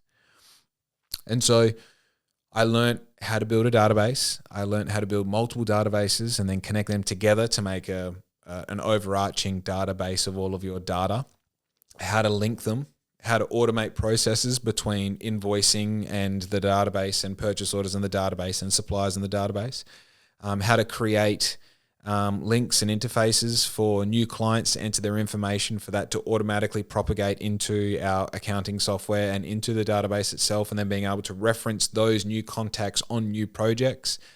I also built like a project entry interface, which means that as I've approved, so I still haven't created an automation for creating mock-ups because I feel like that's still that's where the expert part of our process comes in. I like help you pick the best garment and then decorate it the best possible way. So that is still very sort of involved on my end. But once that is established, by that point, I've already sent you the link to give me your information. You've already approved that. So by the time I'm entering a job, it's like, well, it's this garment, it's this print combo, here is the mock-up, and it automatically places itself into all of those interfaces for print, for production, for the bookkeeper.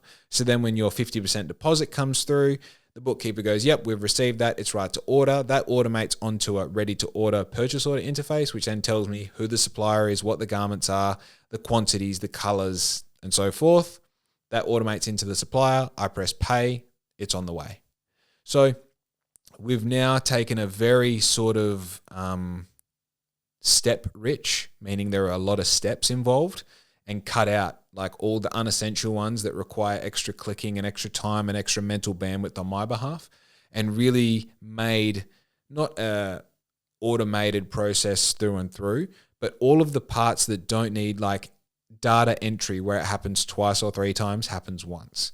Approval happens once. Knowing what stage each project is at as far as, are we waiting for goods to arrive? Do things need to be printed? Have they been printed and pressed and they're ready for delivery and no one knows? This highlights every stage for every project in appropriate order to make sure that we're doing things as efficiently as possible. So if Riz is in production and say, okay, this job is done, she can then go, okay, there's nothing else that needs to be done, but I can see that this needs to be printed and say, hey, Jake, Mr. Printer, you got things to print. And if you would print those, I could have these done as well. Or I can say, hey, you've finished this job, but this has also been printed and these garments have arrived because the purchase order has been marked as arrived. That job needs to be done.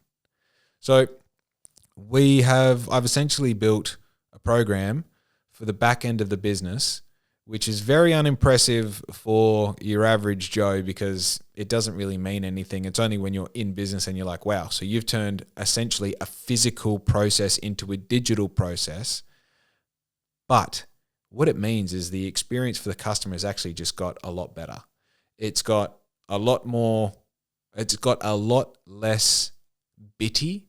Like I don't have to keep asking the same thing and sending backwards and forwards and then get it in the invoice and get that. It's conversation, invoice, deposit, everything is happening, right? This also means that if I got sick, bad example, if I wanted to replace the sales element of this business with a staff member, I can just teach them the program. They don't have to learn how to, then we print this and then we tick that off and then we do this and then it goes into the in tray and all that. It's literally like, follow the fucking steps, dude. It's right there. It's all right there. So that's very exciting. Now, I want to go back 5 years, okay? I know we're jumping all over the place. You got your seatbelt on?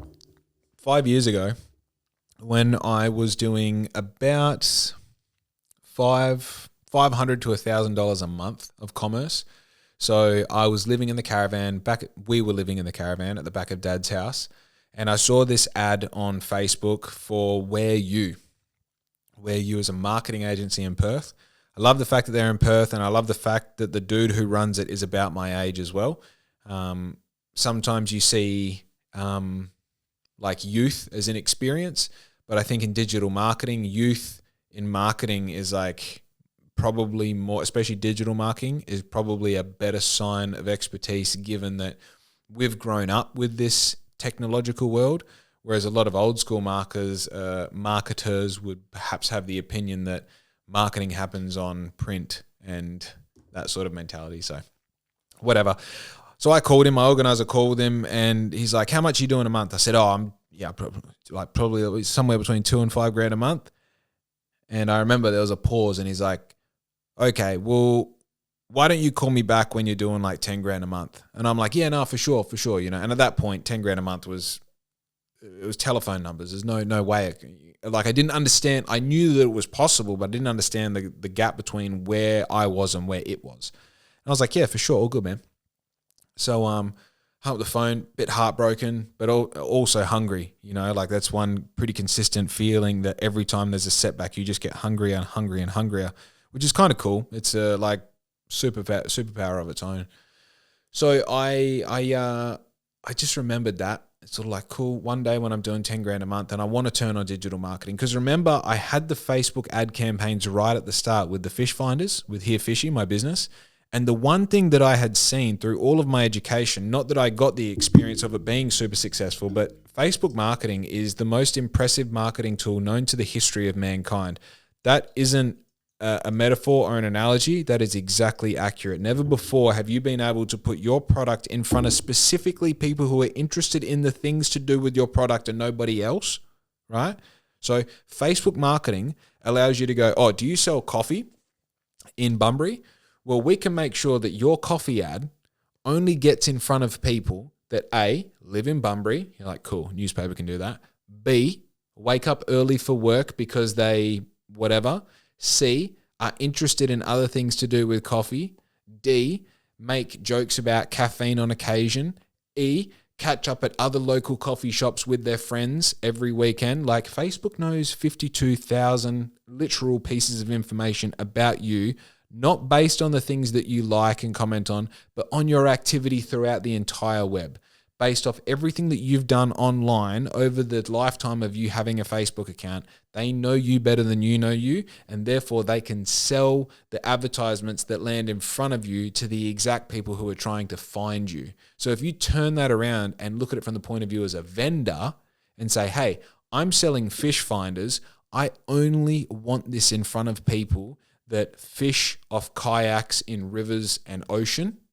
They will make sure it lands in front of those people, right? And you can pay for those advertisements landing in the right spot. I knew that 5 years ago when I was trying to sell fish finders. I've known it the entire time. The difference between me and executing that is an expert in the field, because I can, like teaching myself how to make a program, I can teach myself off ChatGPT, YouTube, Google, and School of Hard Knocks. But you can also supercharge that learning process by putting yourself in front of someone who does that day in, day out as a job. Now, it just so happens that I'm sitting there halfway through building my program, and I'm like, mind you, I thought it was going to take a couple days to make this thing, and I realized very quickly that this was a massive undertaking. It's not worth starting if you're not going to finish it. And also, if you're going to build this thing, this is a very long-term solution to a short-term problem. Like, you can keep making $20,000 a month forever and you'll be fine. You'll live, you'll make it work. You'll get a new car every now and then. It's still $200 and something thousand a year. It's fine, right? But by doing this, we're creating space for that. Like, okay, the 5X goal, the $1.2 million a year is now, it's not only feasible, it's achievable. Right? If we get this right, that is that's the first bottleneck solved. We might find that we need more bench space, or we need whatever. But let those, solve one problem at a time. I like to say, don't worry about going, oh, well, if this and this and this, just worry about this and get that right, and then worry about the next problem.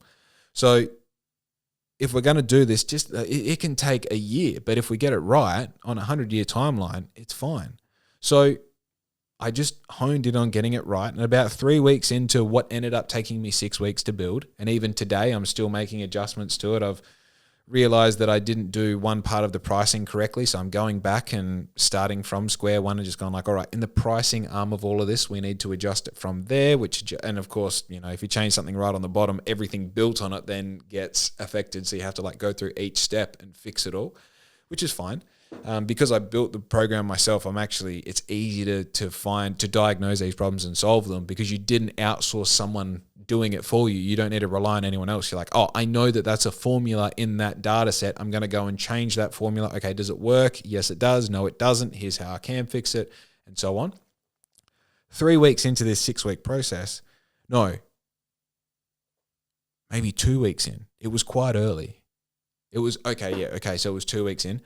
Brandon pops up from WhereU, the same guy. And I'm like, oh, this is a dude that I spoke to. Oh, he told me to call him when I was doing 10 grand a month. Motherfucker, I'm doing like 20 now. I'm a big boy. I'm a real businessman. You know what I mean? Look how big my printer is. I can call him now. I didn't even really listen to his marketing. I just pressed organize a call. Yeah, cool, sweet.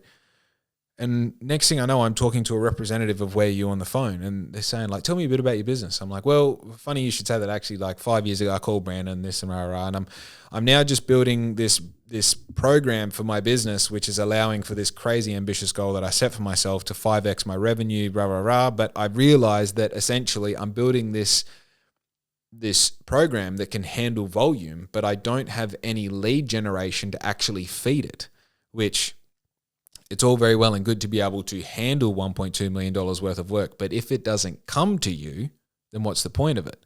Knowing that Facebook marketing is extremely good at generating leads, I'm like, well, why don't we now turn that on? If we've built a machine, well, if we put fuel in it and it's been serviced and it's ready to turn on, Facebook marketing is essentially turning the machine on and letting it do the thing. Do. Okay, cool. This is a good move. So as I'm talking to the representative from WhereU, sort of explaining this, he's like, right, so how many leads do you need for this to be valuable to you? I'm like, well, sort of around, we're doing this amount of projects worth this amount each on average. So we sort of need to like times that by 5, which equals about X amount more leads per month. And he's like, oh, we can do like 5, 10, 15 times that amount. Like Facebook marketing works. And I'm like, in the back of my mind, I'm like, yeah, no shit, it works. I'm like, oh, really? He goes, yeah. This is what I think we can do. And given you're in a business that applies to every business that uses uniforms, which is like 90% of them, as long as your process is good and your product is good and you believe in yourself, I'm like, hey, it goes without saying, champion, it's all I fucking think about. He goes, cool, we're on a win. It costs this much. It's a 2-day course. It happens on a Thursday and Friday in about a month's time. You get access to all of these back-end resources. You're part of a community that just, like, you can literally put questions in the community. People will answer it for you, experts in the field. We also do advisory calls, jump on Zoom meetings. We can help you with all the steps of the process. This, that, and the other. And I'm like, can't afford it. Sign me up. Because there's nothing I can't afford if it means that it's going to propel the business in the positive direction. So I signed up for it. I found the money.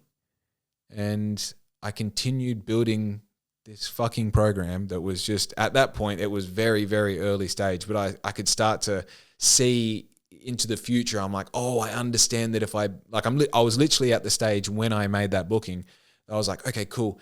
Now I can see how my garments would link to my projects, because now that they're actually accessing real data points. It's not just like a black hoodie. It's like, no, it's this specific garment hoodie from this specific supplier. Here's the code. Here's the sizes that it's available in. Here's the colors that it's available in. You can actually click all of those. So it's a specific thing, right? And then that just, got out of control. I think about 3 weeks in, so about a week after I made that phone call, we then went live with the program, which means that as jobs came in, we were using the program. Up until that point, we were still using the job card method because it was tried and trusted. And the program, obviously, when you start using it, you literally from step one, first job, step one, you like realize all the bugs that you have to solve going through it until, the second job and the third job and the fourth job and the fifth job. And like, okay, cool, sweet. And I think we've run, I'll be able to tell you, I think we've run projects, all projects. Right, so it would be about 25 jobs through it so far, and I'm still ironing out creases, which realistically is pretty good innings, like to be able to, within 25 projects, be able to go, all right, we've fix this little garment issue, fix this little pricing issue, and all the rest. Now, my mind was, well, this thing has to be ready to go once I hit that marketing course, because the machine needs to be built if we're now going to turn the machine on. So I then started to really like go, okay, as I said before, solve one problem at a time. The program is good enough that we're feeding jobs into it, and that the jobs are from start to finish, from beginning to, you know, from initial engagement to delivering the project. Every step is sort of accounted for and honed in on the program enough that it works, that there's no gaps that things are falling through and where, you know, things are getting unrecognized or not seen at all. So we solved that, and I sort of like went into the garage or the workshop, and I was like, well, the lights suck in here, and we're having a bit of a problem with humidity, so we maybe need to sort out some flooring, and also we still have a fucking vinyl cutter and printer when I really don't want to be doing that work, right?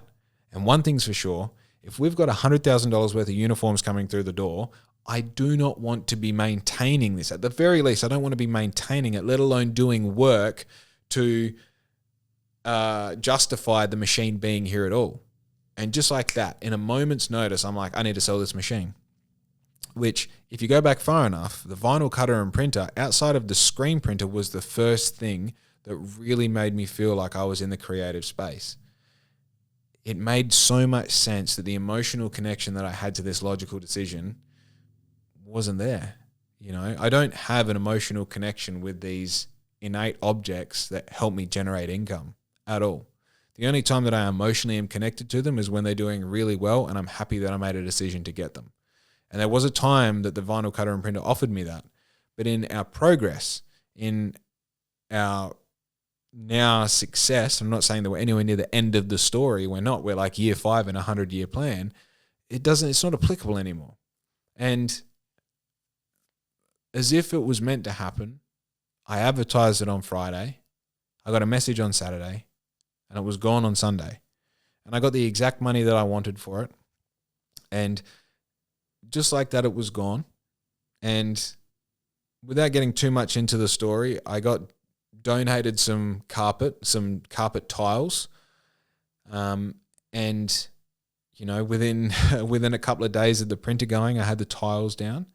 And Fuller's actually had this big 6.5 meter continuous bench that just turned out to be the most perfect, like it fits perfectly against one of our walls. It's like the wall is like 6.7 meters and this bench is 6.5 meters.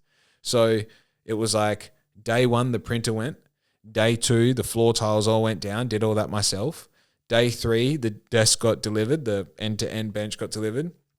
I think on like day 7, day 8, I put all the lights up in the ceiling.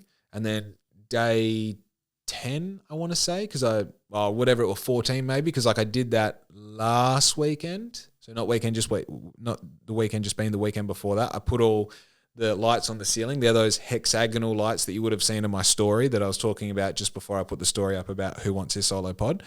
And then just not yesterday, the day before, I got the lights wired up. So our workshop has gone from sort of like stuff everywhere in a cold, sort of dark workshop to now carpeted, excess light, one printer, one long bench, one consistent bench height throughout the whole place, and a very clear, readable, and digestible program that displays everything we need on one laptop in there instead of there being pieces of paper everywhere that curl as the humidity gets to them, and sometimes the ink runs. And also, one time I got upset with my printer and I fucking banged it too hard and the blue ink stopped working. So now everything that was like a blue shirt or a navy shirt or a blue print would just come out as black or yellow, which you can imagine has its own setbacks. So the whole concept of like the progress that we've made since being sick and deciding to not go to Lebanon to now, it's been 2 months, 2 months, and it's been like a whirlwind. I didn't do anything social. I literally, I have friends who have pulled me aside and said, hey man, you need to fucking answer our calls because that's what friends do. I get you doing your fucking business, whatever, but we're still friends. And at the bottom of that, you still need to check in with us and let us check in with you. Not in an aggressive way, but I care about you and I love you. And it's like, yeah, I know, but understand I'm not doing anything outside of building this program. And the more I lock into it, the easier it becomes and the quicker I can do it. And I thought it was going to take me 2 days. And so far it's taken me 4 weeks. And I think it's going to take another 2 weeks. And I'm sorry, but I'm just doing this. I'm locking in. But I'm also answering that question. What happens when I give myself entirely to this business? Because I fucked around for 4 years and built something fairly impressive. So now what happens when we really dial in? What happens when we take advantage of being sober and going to bed early and really being able to completely hit the ground running every day? Right? What does that look like? And now I'm starting to answer that question. And being 2 months past making that decision, I'm absolutely blown away when I walk into my workshop and there's beautiful lights and this big long bench and like having just clarity and no clutter and understanding that like, right, we're about to turn this machine on. And just for complete transparency, I did the 2-day course last week on Thursday and Friday. And I'm ready. I am so ready. The only reason that I haven't turned on my Facebook and Google ads, which is what they teach you, is because I'm fixing this pricing problem in the program. Once I've done that, I'm honing in a last couple little pieces of the actual ads that I'm going to be posting, and then we're going live. And then once that turns on, I mean, with what I've explained about how I understand Facebook and Google marketing, I have no doubt that this is going to be the start of what I actually think is our real business. And you go, oh, you know, you're doing $20,000 a month. You're both employed. You know, if this isn't real business so far, then what is it? Well, this has sort of been the apprenticeship up to now, realizing like, here is the exact product that we sell. We supply and print uniforms and merch for local customers. That's what we do. It took us this long to figure that out. It took us this long to sort out our processes. It took us this long to get the machinery, tools, and equipment to achieve that to the best of our ability and grow our skill set. And that is why I can now claim that I am an expert in the field and that I am going to deliver the best possible product with the leads that we're going to generate with this newfound skill of being able to market ourselves online. So I think that full circles where I started to where I finished. And you can understand now why I had to sort of pre-rec everything with how we got here to why it's important with what we're doing right now. Because the entire time there's no one saying like, oh yeah, you know, you're meant to be doing this, you know, like you don't have a boss going like, don't do that, do this. You know, you don't have anyone who's sort of ahead of you and knows. Like you can have mentors for sure. And I do have mentors, but there's no one saying, don't make that decision, make this decision. And here's why. There's a lot of trial by fire and learning the hard way. And as I said, you want to learn on the 10-cent problem before you go to $1. You want to learn on the $1,000 problem before you go to $1 million. And realistically, jumping from $20,000 a month to $100,000 a month, you might say, well, you're kind of contradicting yourself. And I understand the perception of that. But the Elon Musk quote of, you know, shoot for the moon, and if you end up only getting halfway, you still land in the stars. Well, that's sort of where I'm at. Does that make sense? Stars are further away than the moon. You get what I'm trying to say. If we start doing $50,000 a month, well, motherfucker, that's still more than double of what we're doing right now. And I believe that $100,000 is an achievable goal because right at the start we figured out, well, how many shirts is that? How many uniforms is that? How many clients is that? And all of those numbers were attainable and achievable. So we started exploring down that path. And I think that, you know, like I said at the start, if I realized 5 years ago when I recorded, or 3 years ago, whenever it was, when I recorded my first solo pod, that one day I would get to a point where people would request me to record a solo pod to talk about where I'm at, it would have really like rocked me. It would have been really exciting, you know? And in the hunger of being in business, I think it's super important to realize that we are doing better now than what I ever thought was really achievable. I really wanted to be wrong in my assumption that, you know, you can try really hard, but you probably won't get to where you want to be. But just giving it a shot was enough for me to go for it. But actually landing and keeping on going and getting further, and now being in that position and going like, oh, I'm not even started yet. I haven't even really let the rubber hit the road. You know, the plane to me is still only a couple feet off the ground, and I'm aiming to take this bitch literally to the moon, right? And I don't know, that's just it's invigorating. You know, it's cool to go, all right, if 5 years ago you could see yourself in the position you're in now, how cool would that be? And now, with that same structure that I've been talking about throughout the whole podcast, if you look 5 years into the future, in the best possible case scenario, what does it look like? And aim for that. Emotionally attached to it. Have faith that it's possible. You might not think you can be an expert. Be an expert. You know? This shit's magical. It takes miracles, and miracles come to those who put the work in. And it's really, really fucking exciting when step by step things start to happen. And those things happen slow at the start, and they get quicker in cadence. And it gets to a point where you're like, you know, I've spoken about it before on the pod.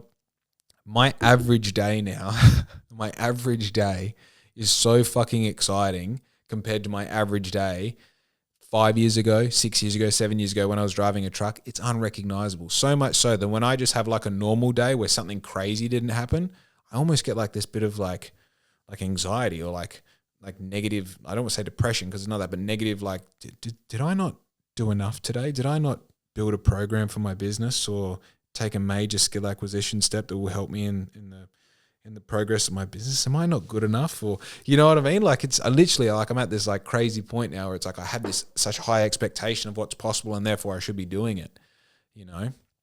But very exciting. I did 2.5 hours, dude, just talking to myself. That's crazy. All right.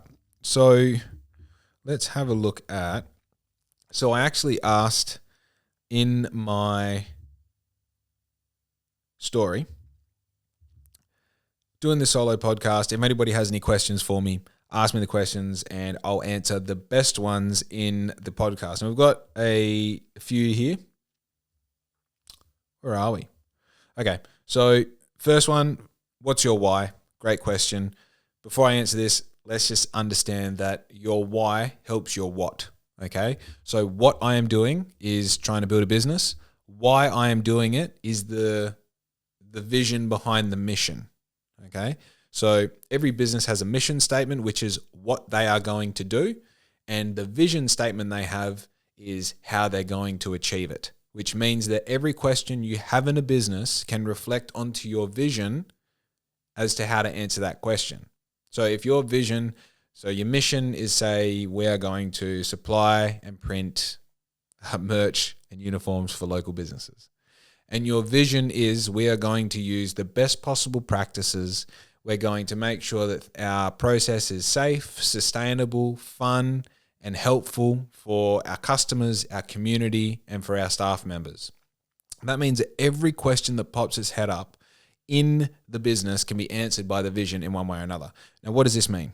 It means that if someone goes like, oh, well, should we recycle the packaging that our clothing comes in, or should we make our own packaging and make it be really presentable? Well, in our vision, it says we're going to be sustainable. So should we just recycle what we're doing, or should we like replicate the same box but with our logo on it? Well, maybe we'll recycle it. Okay, cool. All right. Another example, we're going to print out 30 centimeter by 30 centimeter stickers, and we're just going to stick them on people's cars advertising the business. Because, you know, you do this and people are going to go, oh, what the, like, I had to peel it off. But no, I know about Outfit Co. because they're the ones who did that thing. Well, in our vision, we sort of talk about adding value to our community, and that doesn't really add value. It adds value to us, but it sort of pisses off the community. So maybe we won't do that, right? So that little example speaks about the why behind things. Simon Sinek writes a really good book that was recommended to me from a mentor. It's called Start With Why. That book essentially outlines that if your why is meaningful enough, the what will seem extremely easy if it helps you with the why. Okay? So the reason why, the reason that I've highlighted over and over and over again, my why is to be able to spend as much time with my soon-to-be wife, the mother of our children, our dog in our house, building our business. That's my why. It's very fucking simple. And the simpler your why, the easier everything becomes again, right? So I talked about those moments where I was doing contracting work for other people in content and clothing and events and stuff. And it's like, I'm not spending as much time as I want at home. This isn't speaking to my why. And even if I'm making more money or feeling, like I'm involved in something that's cool or greater than me or whatever, it's like, but I set out to spend more time with my missus, which I really like. I like spending time with her. I want to. Sorry, I feel like I've got dry lips.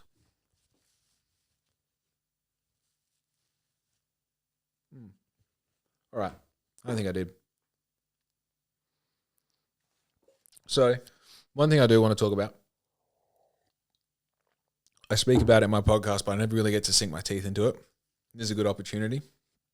So, a lot of people, everyone that I know, I don't know many examples of people who live a normal life and don't have this happen to them. They have relationships, cool. You meet someone, you like them, you spend time together, you date, something happens, you break up, you go separate ways. Most people, I feel like the way this shirt is making me look fat. No, I probably am fat. Who cares? That's why I keep adjusting it. Anyway, so you meet someone, you have fun, you date each other, you end up not liking each other and you break up. And a lot of times when you hone in on what happened when we broke up? It's like, oh, well, they did this or they said this or there was a differing of ideas or our goals were no longer the same. We weren't moving in the right direction or we had a disagreement about how life should be or what's important or, she wanted kids, I didn't, or, all these fucking, things, right? Or sometimes it's just that, it doesn't matter. It doesn't matter. I think the thing that usually happens with relationships, and tell me if this is you meet someone, you love spending time with them. You have like that honeymoon period. You spend all your time together and it's so good. You're in love, and you take off work to spend time with each other and you do little weekends away and you do all these things you wouldn't normally do in normal life or even in a normal relationship, but you're just so enamored by being around them and spending that time with them and getting to experience life together that you make as many opportunities as possible to feel that feeling with them and you get excited about it with them and you eat great food and you have great sex and all these things happen in your life and you feel like you're in a real golden period and you're just like glowing. Somehow you can sleep 2 hours a night and still be able to work 10 hours a day. It's bizarre. And then, a month passes and, you start taking less time off work and getting back to your actual life and, you've gone from like trying to see each other all the time to maybe you're sort of like, either talk about moving in together or you a month, 2 months, 3 months, whatever. But that honeymoon period starts to like taper off a little bit and you start going back to normal life and you stop having these, bizarre, crazy experiences. Sometimes this lasts like 6 months and then you just sort of go back to being what it was like before you met this person, but now you're in a relationship with them and you see them if you're living together before and after work and you get to spend the weekends together and, she still goes and spends time with her girlfriends, once a fortnight, once a month and, you go and visit your parents and she visits her parents and you sort of like sit back and you go, I'd see this person that I love, that I'm in a relationship with, that I see a future with for like fucking like 3 hours a day. And then on Saturday and Sunday, it might be like 12 hours in total. It's like I see this person for like less than 30 hours a week. And it's the most important decision that you'll make is who you're going to spend the rest of your life with because it's who you're going to have the longest conversation with. It's who you're going to grow with. It's who you're going to support grow and you're going to have them support your growth and you are going to grow individually and together. You're going to build a life together. You're going to take the biggest amount of money you're ever going to borrow is probably with this person and you're going to commit at least the next 30 years of being together to making sure that you can pay that thing off together, being a house. You're going to maybe have children with this person. You're going to be parents together. You're going to grow old together and you're going to support each other as your bodies stop to work in your old age together, right? But right now, you're in the middle part of your life or maybe 5-10 years before that. You fucking barely see them. And the foundation of these feelings that you have is off that golden period that you spent together, that beautiful honeymoon stage where the food tasted better, the air smelt crisper, the sex was just that little bit better, right? And that is the reason that you love them because you had that time together. And you sort of always referencing back to that whenever you have these little moments, you're like, it's because I love this person. Remember when we felt that way? And that, yeah, it was just great. I just love that. And like, we should go on a weekend away. We should, and you start to try to relive these little moments. And I think that's when and like, especially if you're still young enough to be able to party and that all the time, you really get some nice special moments with your significant other, because typically when your inhibitions are lowered and you're in a situation where it is just, you and them on the taxi ride home or whatever it is, you get to have these like really cool romantic moments.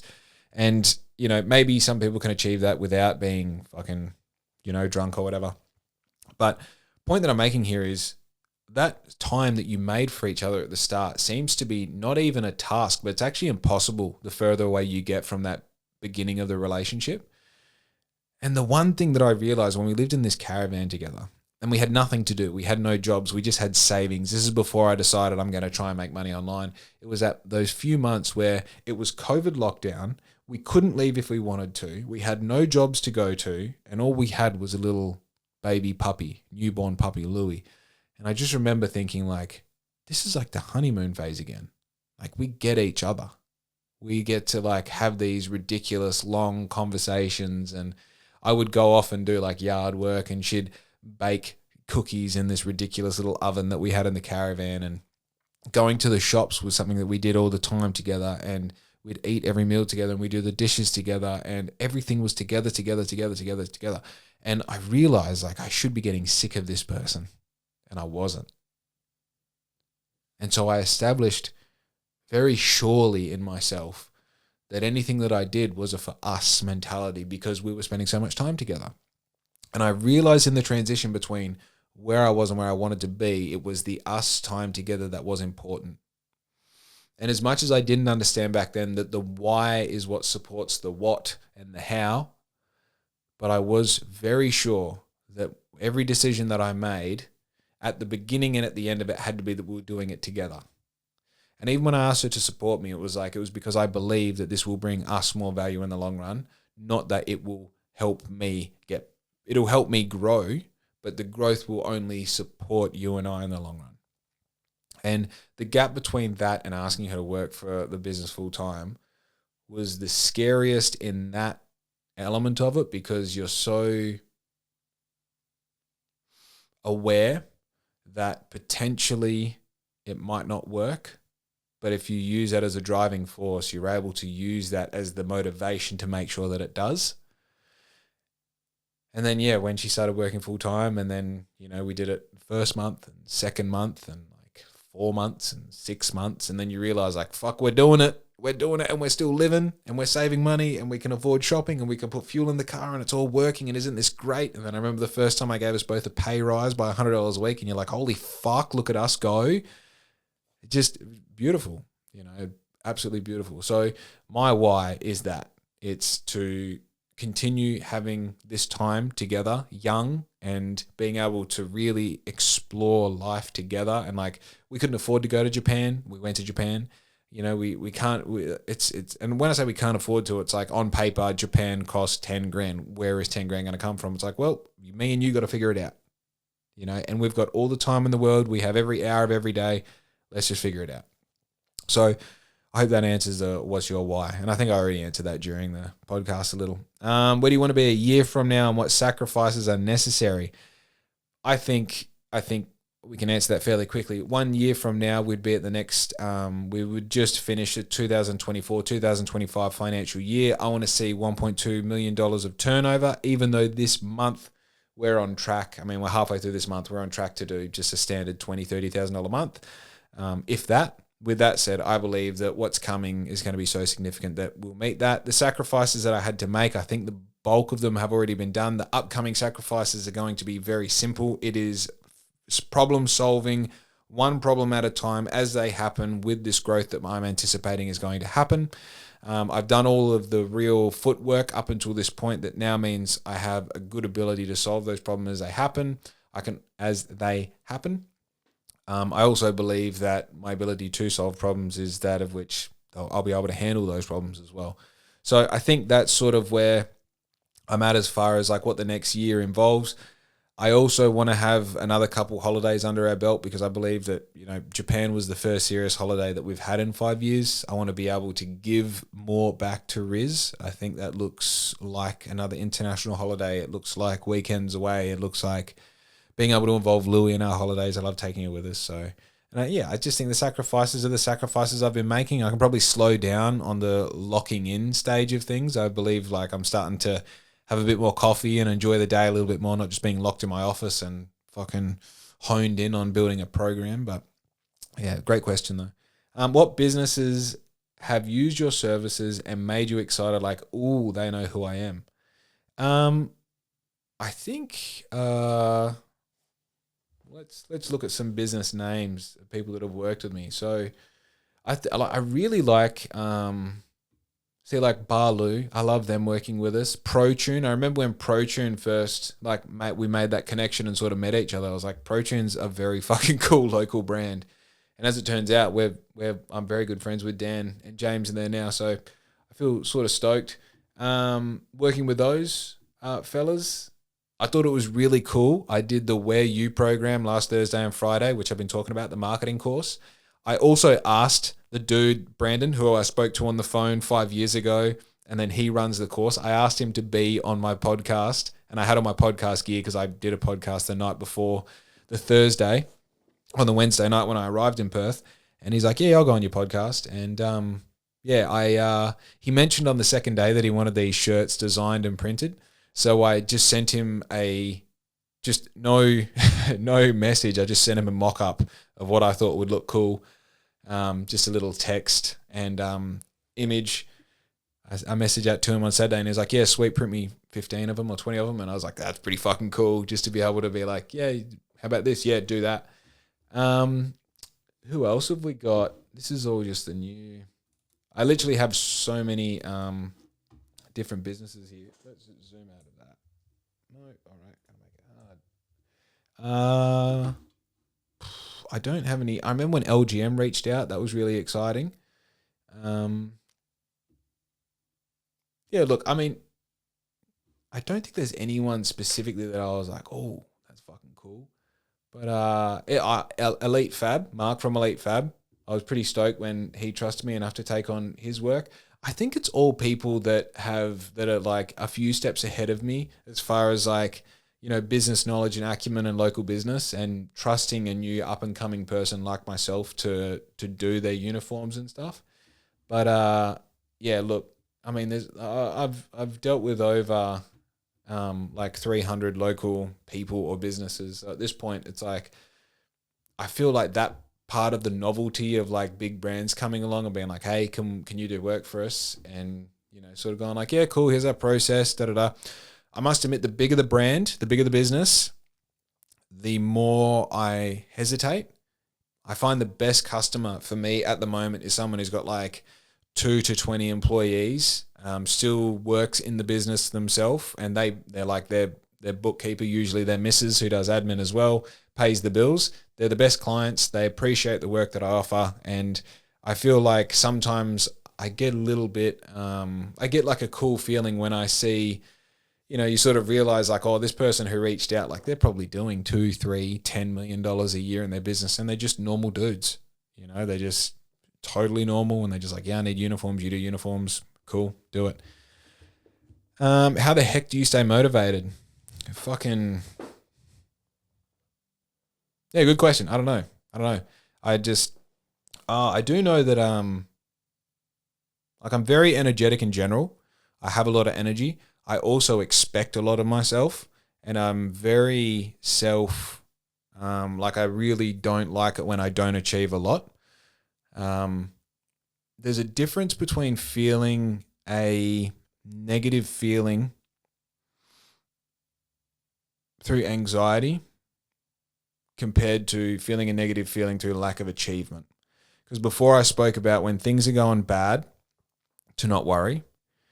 But the definition of things going bad between like, okay, you know that you can build a program in 6 weeks now. So as the next job comes up, you're like, oh, I don't know how to do this, or it's a massive task. It's like, yeah, but you know how to do massive tasks. So just do it, right? I wouldn't expect the output of what I can do this year 3 years ago because I didn't have the runs on the board. My motivation comes from fear of not achieving as much as possible in the time that I had. I don't want to be, on my deathbed looking back on like, fuck, I wish I had tried in my 20s. I wish I had tried in my 30s. I wish I had just hunkered down and given it a shot. I think the cool thing about what's happening now is like, I've now built a thing that I can sort of be proud of, but also that now I can really give it my everything and see what happens. Because giving it your everything when you've got nothing to start with, it's just like, where the fuck do I start? I don't even know what giving my everything means.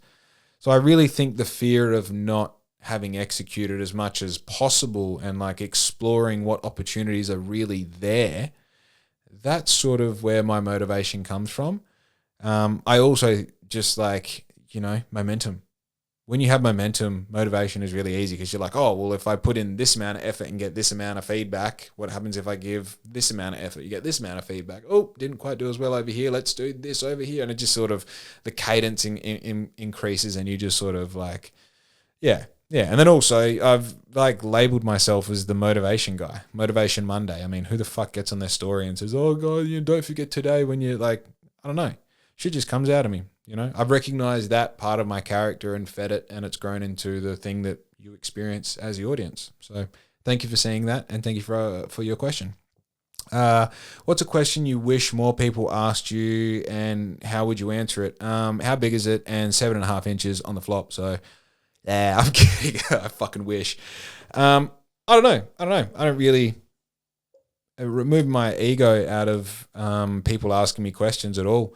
I think it's really cool. Geordie on the podcast. By the way, that podcast I did with Brandon is going to be dropping in the next 3 weeks-ish. That's a really fun podcast. I'm very excited for people to see that podcast. What question do I wish people asked me? I think maybe... Nah, you know what? I don't. I think I think I have so many conversations with people. Given that I've elected to be the podcast guy, I have so many conversations and I ask so many questions that I actually learn more through asking questions that I assume I know the answers to of people, and letting their experience and their life and their, uniqueness sort of help define me further as a person. It's like you have this awesome opportunity as a young person growing up to learn through other people's experience, or you can make your own fuck ups that you then learn the hard way. So I feel like the more questions I ask of people, the more I get in return anyway. Like people, I don't know. What's a question you wish people asked you more, and how would you answer it? I don't have an answer for that. I'm sorry. Probably not that question. What do you think your biggest asset is? Grit, adaptability, or something else? My biggest asset is my ability to learn and to recognize that I am actually greater than my perception of who and what I think I am, and being able to apply that in a physical sense. So it's basically what the topic of this podcast has been. It's understanding that your potential first has to be creatively imagined. You have to have faith that it's possible. And then you have to step by step implement that thing until you embody it to a point where you now understand that you can grow, and you use that to continue growing and compounding your growth. I believe that me learning that is my greatest asset.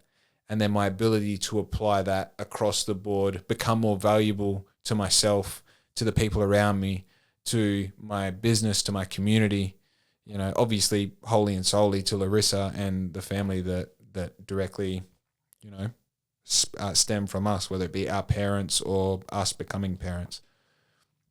All right, the boring stuff, but you wanted and saw... Wait. What do you envision going forward? 5-year plan, 3-year plan? Ooh. Yeah, so we'd love to know more about the business. I think this is one question in 3 or 4 different things. We'd love to know more about the business side in terms of forward planning view, not the boring stuff, but what you wanted and saw, how you worked to bring that to life, and also what you envision going forward. Dude, that's fucking, I think I answered that with the past 3 hours of talking to the camera. That's a weird that series of questions has sort of been answered. Going forward, the 5-year plan is just continue doing the thing to bring new life into our family, to making sure that we can financially, physically, and spiritually be the best possible versions of ourselves, to make sure that that is possible, and that when it happens that we have the most amount of resources that, you know, is appropriate for that to happen. It's that thing that I always talk about. You know, obviously not as a parent yet. I can't say I know what the experience is, but as someone who has built a business and problem solved their way to a point where I can do this and have this conversation and add meaning and value, I'm really excited for that stage of our life. And I just try to make sure that the business allows us to be together and have a safe space and have shelter and be able to provide.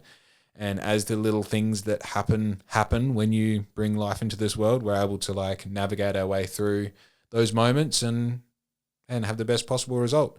My why and my next 5 years are very closely intertwined. I believe that we've done all the planning to get to a point where we can make the decision to have children. And now it's like, cool, if the business does better, creates more opportunities, more safety, more security around that part of our life. So therefore, it's easy to focus on this until that comes. And hopefully by the time that comes, then, you know, we've sort of done all this work we need to do to continuing. Yeah, you get what I mean. And the last question, when are you running for council? I will run for council as soon as I feel like I have real value to add to my community in that sense. I believe that Bunbury will get the best. I can offer the most to Bunbury right now as a businessman. I can continue growing with my business, with my family, with myself, in such a way that I'm learning how to deal with problems. I'm learning how to fit into the community. I'm learning what the community finds important, methods of communicating and being able to add value in valuable ways. I think right now, if I went into council, it would be at the cost of my family and of my business, and I wouldn't be getting an equal or greater amount of value put back into the community through that decision. I think the best thing that I can do right now is continue to grow and learn, get a bit more maturity, get a bit more understanding of business, of community, of council, of all these things, continue having these conversations. And you'll probably find that if you zoom out far enough, me having these conversations on camera adds more value to Bunbury than me being on council anyway. So if I can have long-form conversations where influential people in this city can have their opinion and not be interrupted and say why it's important. For example, Troy Bodigal talking about the artificial reef, having Jason come on the podcast and really like talk about amalgamation and things like that to do with the city. All of these things are of greater value at the moment than me being on council and saying yes and no and ayes and nays in votes for stuff that I don't really understand in the council and in the city. So great question, but I think, yeah, for now, I'm going to keep doing my thing, and you'll know. When the moment is right, you'll know. I'll know. And, yeah, I'll be on council wearing a suit and, yeah, we'll see. But, look, we're fucking 3 minutes off 3 hours. I might have to just ramble just to make it a 3-hour solo podcast because that's the sort of shit you get, right? I did answer all these questions, didn't I? Oh, there was one here. The Epstein files, they had them all this time and then they just don't. CIA playing us, G. Shit, you might be right. You might be right. So, yeah, what you can expect in the next immediate future is seeing a lot more of my face promoting Outfit Co. and supply and print of merch and uniforms for local businesses advertised on Facebook, Instagram, and Google. That has been my direct intention of building this business or building my program and then getting to a point of marketing it.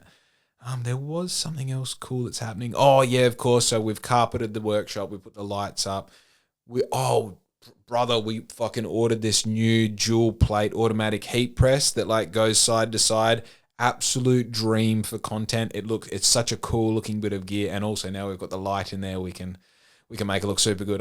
That's probably the biggest thing about putting the new lighting up in the workshop, means that we can get content that looks really good because it doesn't look like it's dark. The next steps are going to be installing a roller door so that we can completely climate control one end, and then building in a wall with double doors so we can climate control the entire room, which then means that we can keep that at a controlled 25 degrees throughout the year, and which just continues to add like marginal benefits to the process, the end result, and stuff like that. I'm also really excited to look at so we're going to start including text message updates with our ordering, which means that when you order with us, say when your goods are ordered and they arrive, you will get a message saying, hey, just letting you know your goods have arrived at the workshop, your stuff is also printed, next step, they're being put together, and then they'll be ready for delivery, ETA 48 hours. And then when they're ready for delivery, getting a text message, and then most likely afterwards, I know it's a bit clickbaity or whatever, but at the end it's like, hey, did we do a good job? Leave us a review. By the way, if you have lasted this long on this podcast, it means that you probably are invested in this story. Do me a favor. Go to the link below in the description, find the Google business profile for Outfit Co. and leave me a 5-star review. Talk about my service, my attention to detail, how much I'm invested in the process, whatever you want, just leave something nice. Those Google reviews are really helping with the new process that we're engaging, because it means that, when people find us for the first time and they Google us and it's like, oh yeah, X amount of 5-star reviews, that would really help me. I'd really appreciate that. But yeah, so then it would be like a text message saying, hey, did you enjoy our experience? Leave a review here, and so on. So that's pretty cool. I really like the idea of keeping people up to date on their thing. Oh, just give me one sec. Hello, this is Jake speaking. Oh, not too bad. How are you?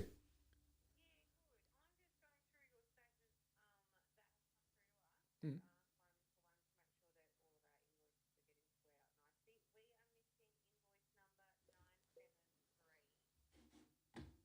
The goods for that? Really? Okay. I'm in the middle of a podcast at the moment. Let me put that on my to-do list. That was 973. All right. I'll suss it out and report back in the next hour or so for you. No stress. Catch ya. My apologies. So very excited to add that like other like next level of transparency into the business, because I just feel like it's sort of cool when you get notifications, especially from stuff that you've ordered, like where is it? Where is it? Because like typically people are spending over, sometimes one, two, three, $4,000 with us. And if there's like a 2 week gap between spending your deposit and receiving it, outside of me calling you or you asking, hey, where's my stuff? It's kind of cool to go, oh, sweet, we're at this step of the process. And if there is a delay, I know exactly what the delay is, and it's not just Jake taking the piss. So I'm very excited to add that to the process. We are also looking at some very cool gifts that we can add into our bigger orders. I think there's some cool little bits and pieces that I've been looking at. Like a good example is like this Work Tones coaster. Like I love stuff like this where it's like, something on the front, something on the back. And like, I'd love to just, this talks about like things that they do and where they are and what they like, that sort of stuff. I think more like Bunbury, like esque sort of stuff. Like I really like, obviously you have the business name on there and like whatever, but even just like a little Bunbury tidbit or just information, just like little cool little quotes or something. I don't know. I feel like there's a cool thing for what we can do. And also looking at like tote bags. I don't want to give too much away because I have some cool ideas around that, but that's also something that comes with scale, and it's not a problem that I want to solve right now and get passionate about, because I think that money is spent on other things before we get to giving stuff away. And B, if I solve other problems, it gets me to that problem quicker. So there's that. But yeah, it's very, very exciting time. It's a very exciting time. And these past 2 months, 3 months have really just been unlike anything I've ever experienced in my business and in my life before. And I'm finding that, I don't know. Life is extremely weird in a positive way at the moment. And to try and digest it myself and talk about it, especially with my friends who are keeping up with all of this, but also I'm sort of like projecting away from people because it's like all unrelatable sort of stuff. I even tell other business owners what I'm doing in my business. And, it's like, I told my mentor the other day about this program that I built, and he's looking at it and he's like, what the fuck, dude? Like, what the fuck? This is crazy. I haven't even showed you the cool part yet, like this is just the beginning. So it's like, it's exciting time. Hey, thank you for listening to this. I don't want to ramble now. I feel like I've decompressed everything. I probably need to go and have a bloody 2-hour nap now. But I hope, obviously I've talked about my business a lot. I hope you got something from this, because the big thing that I'm doing with all of this is like, I didn't anticipate any of this was possible. I wanted to believe it was. And I really started with some fairly wholesome goals. And then I just kept on building on top of those goals until they became like ambitious, until they became unrealistic. And now I'm turning those unrealistic goals into fully achievable things. And I'm not different from you at all. I was born like you. I've been through struggles like you. I've had wins like you. But this all started in a caravan with a laptop, and I ran out of money. At the start, I ran out of money. So whether this is like a motivation for you to start the thing that you want to do, or whether you're just trying to get a bit of better understanding of my business, or whatever this is, and I'm not saying go out and start a business or anything, but even if it's just being a better version of you, I hope this motivates you. And I hope this gives you tangible steps between where you are and where you would love to be. I like that. Be good to your mum, because I'm out.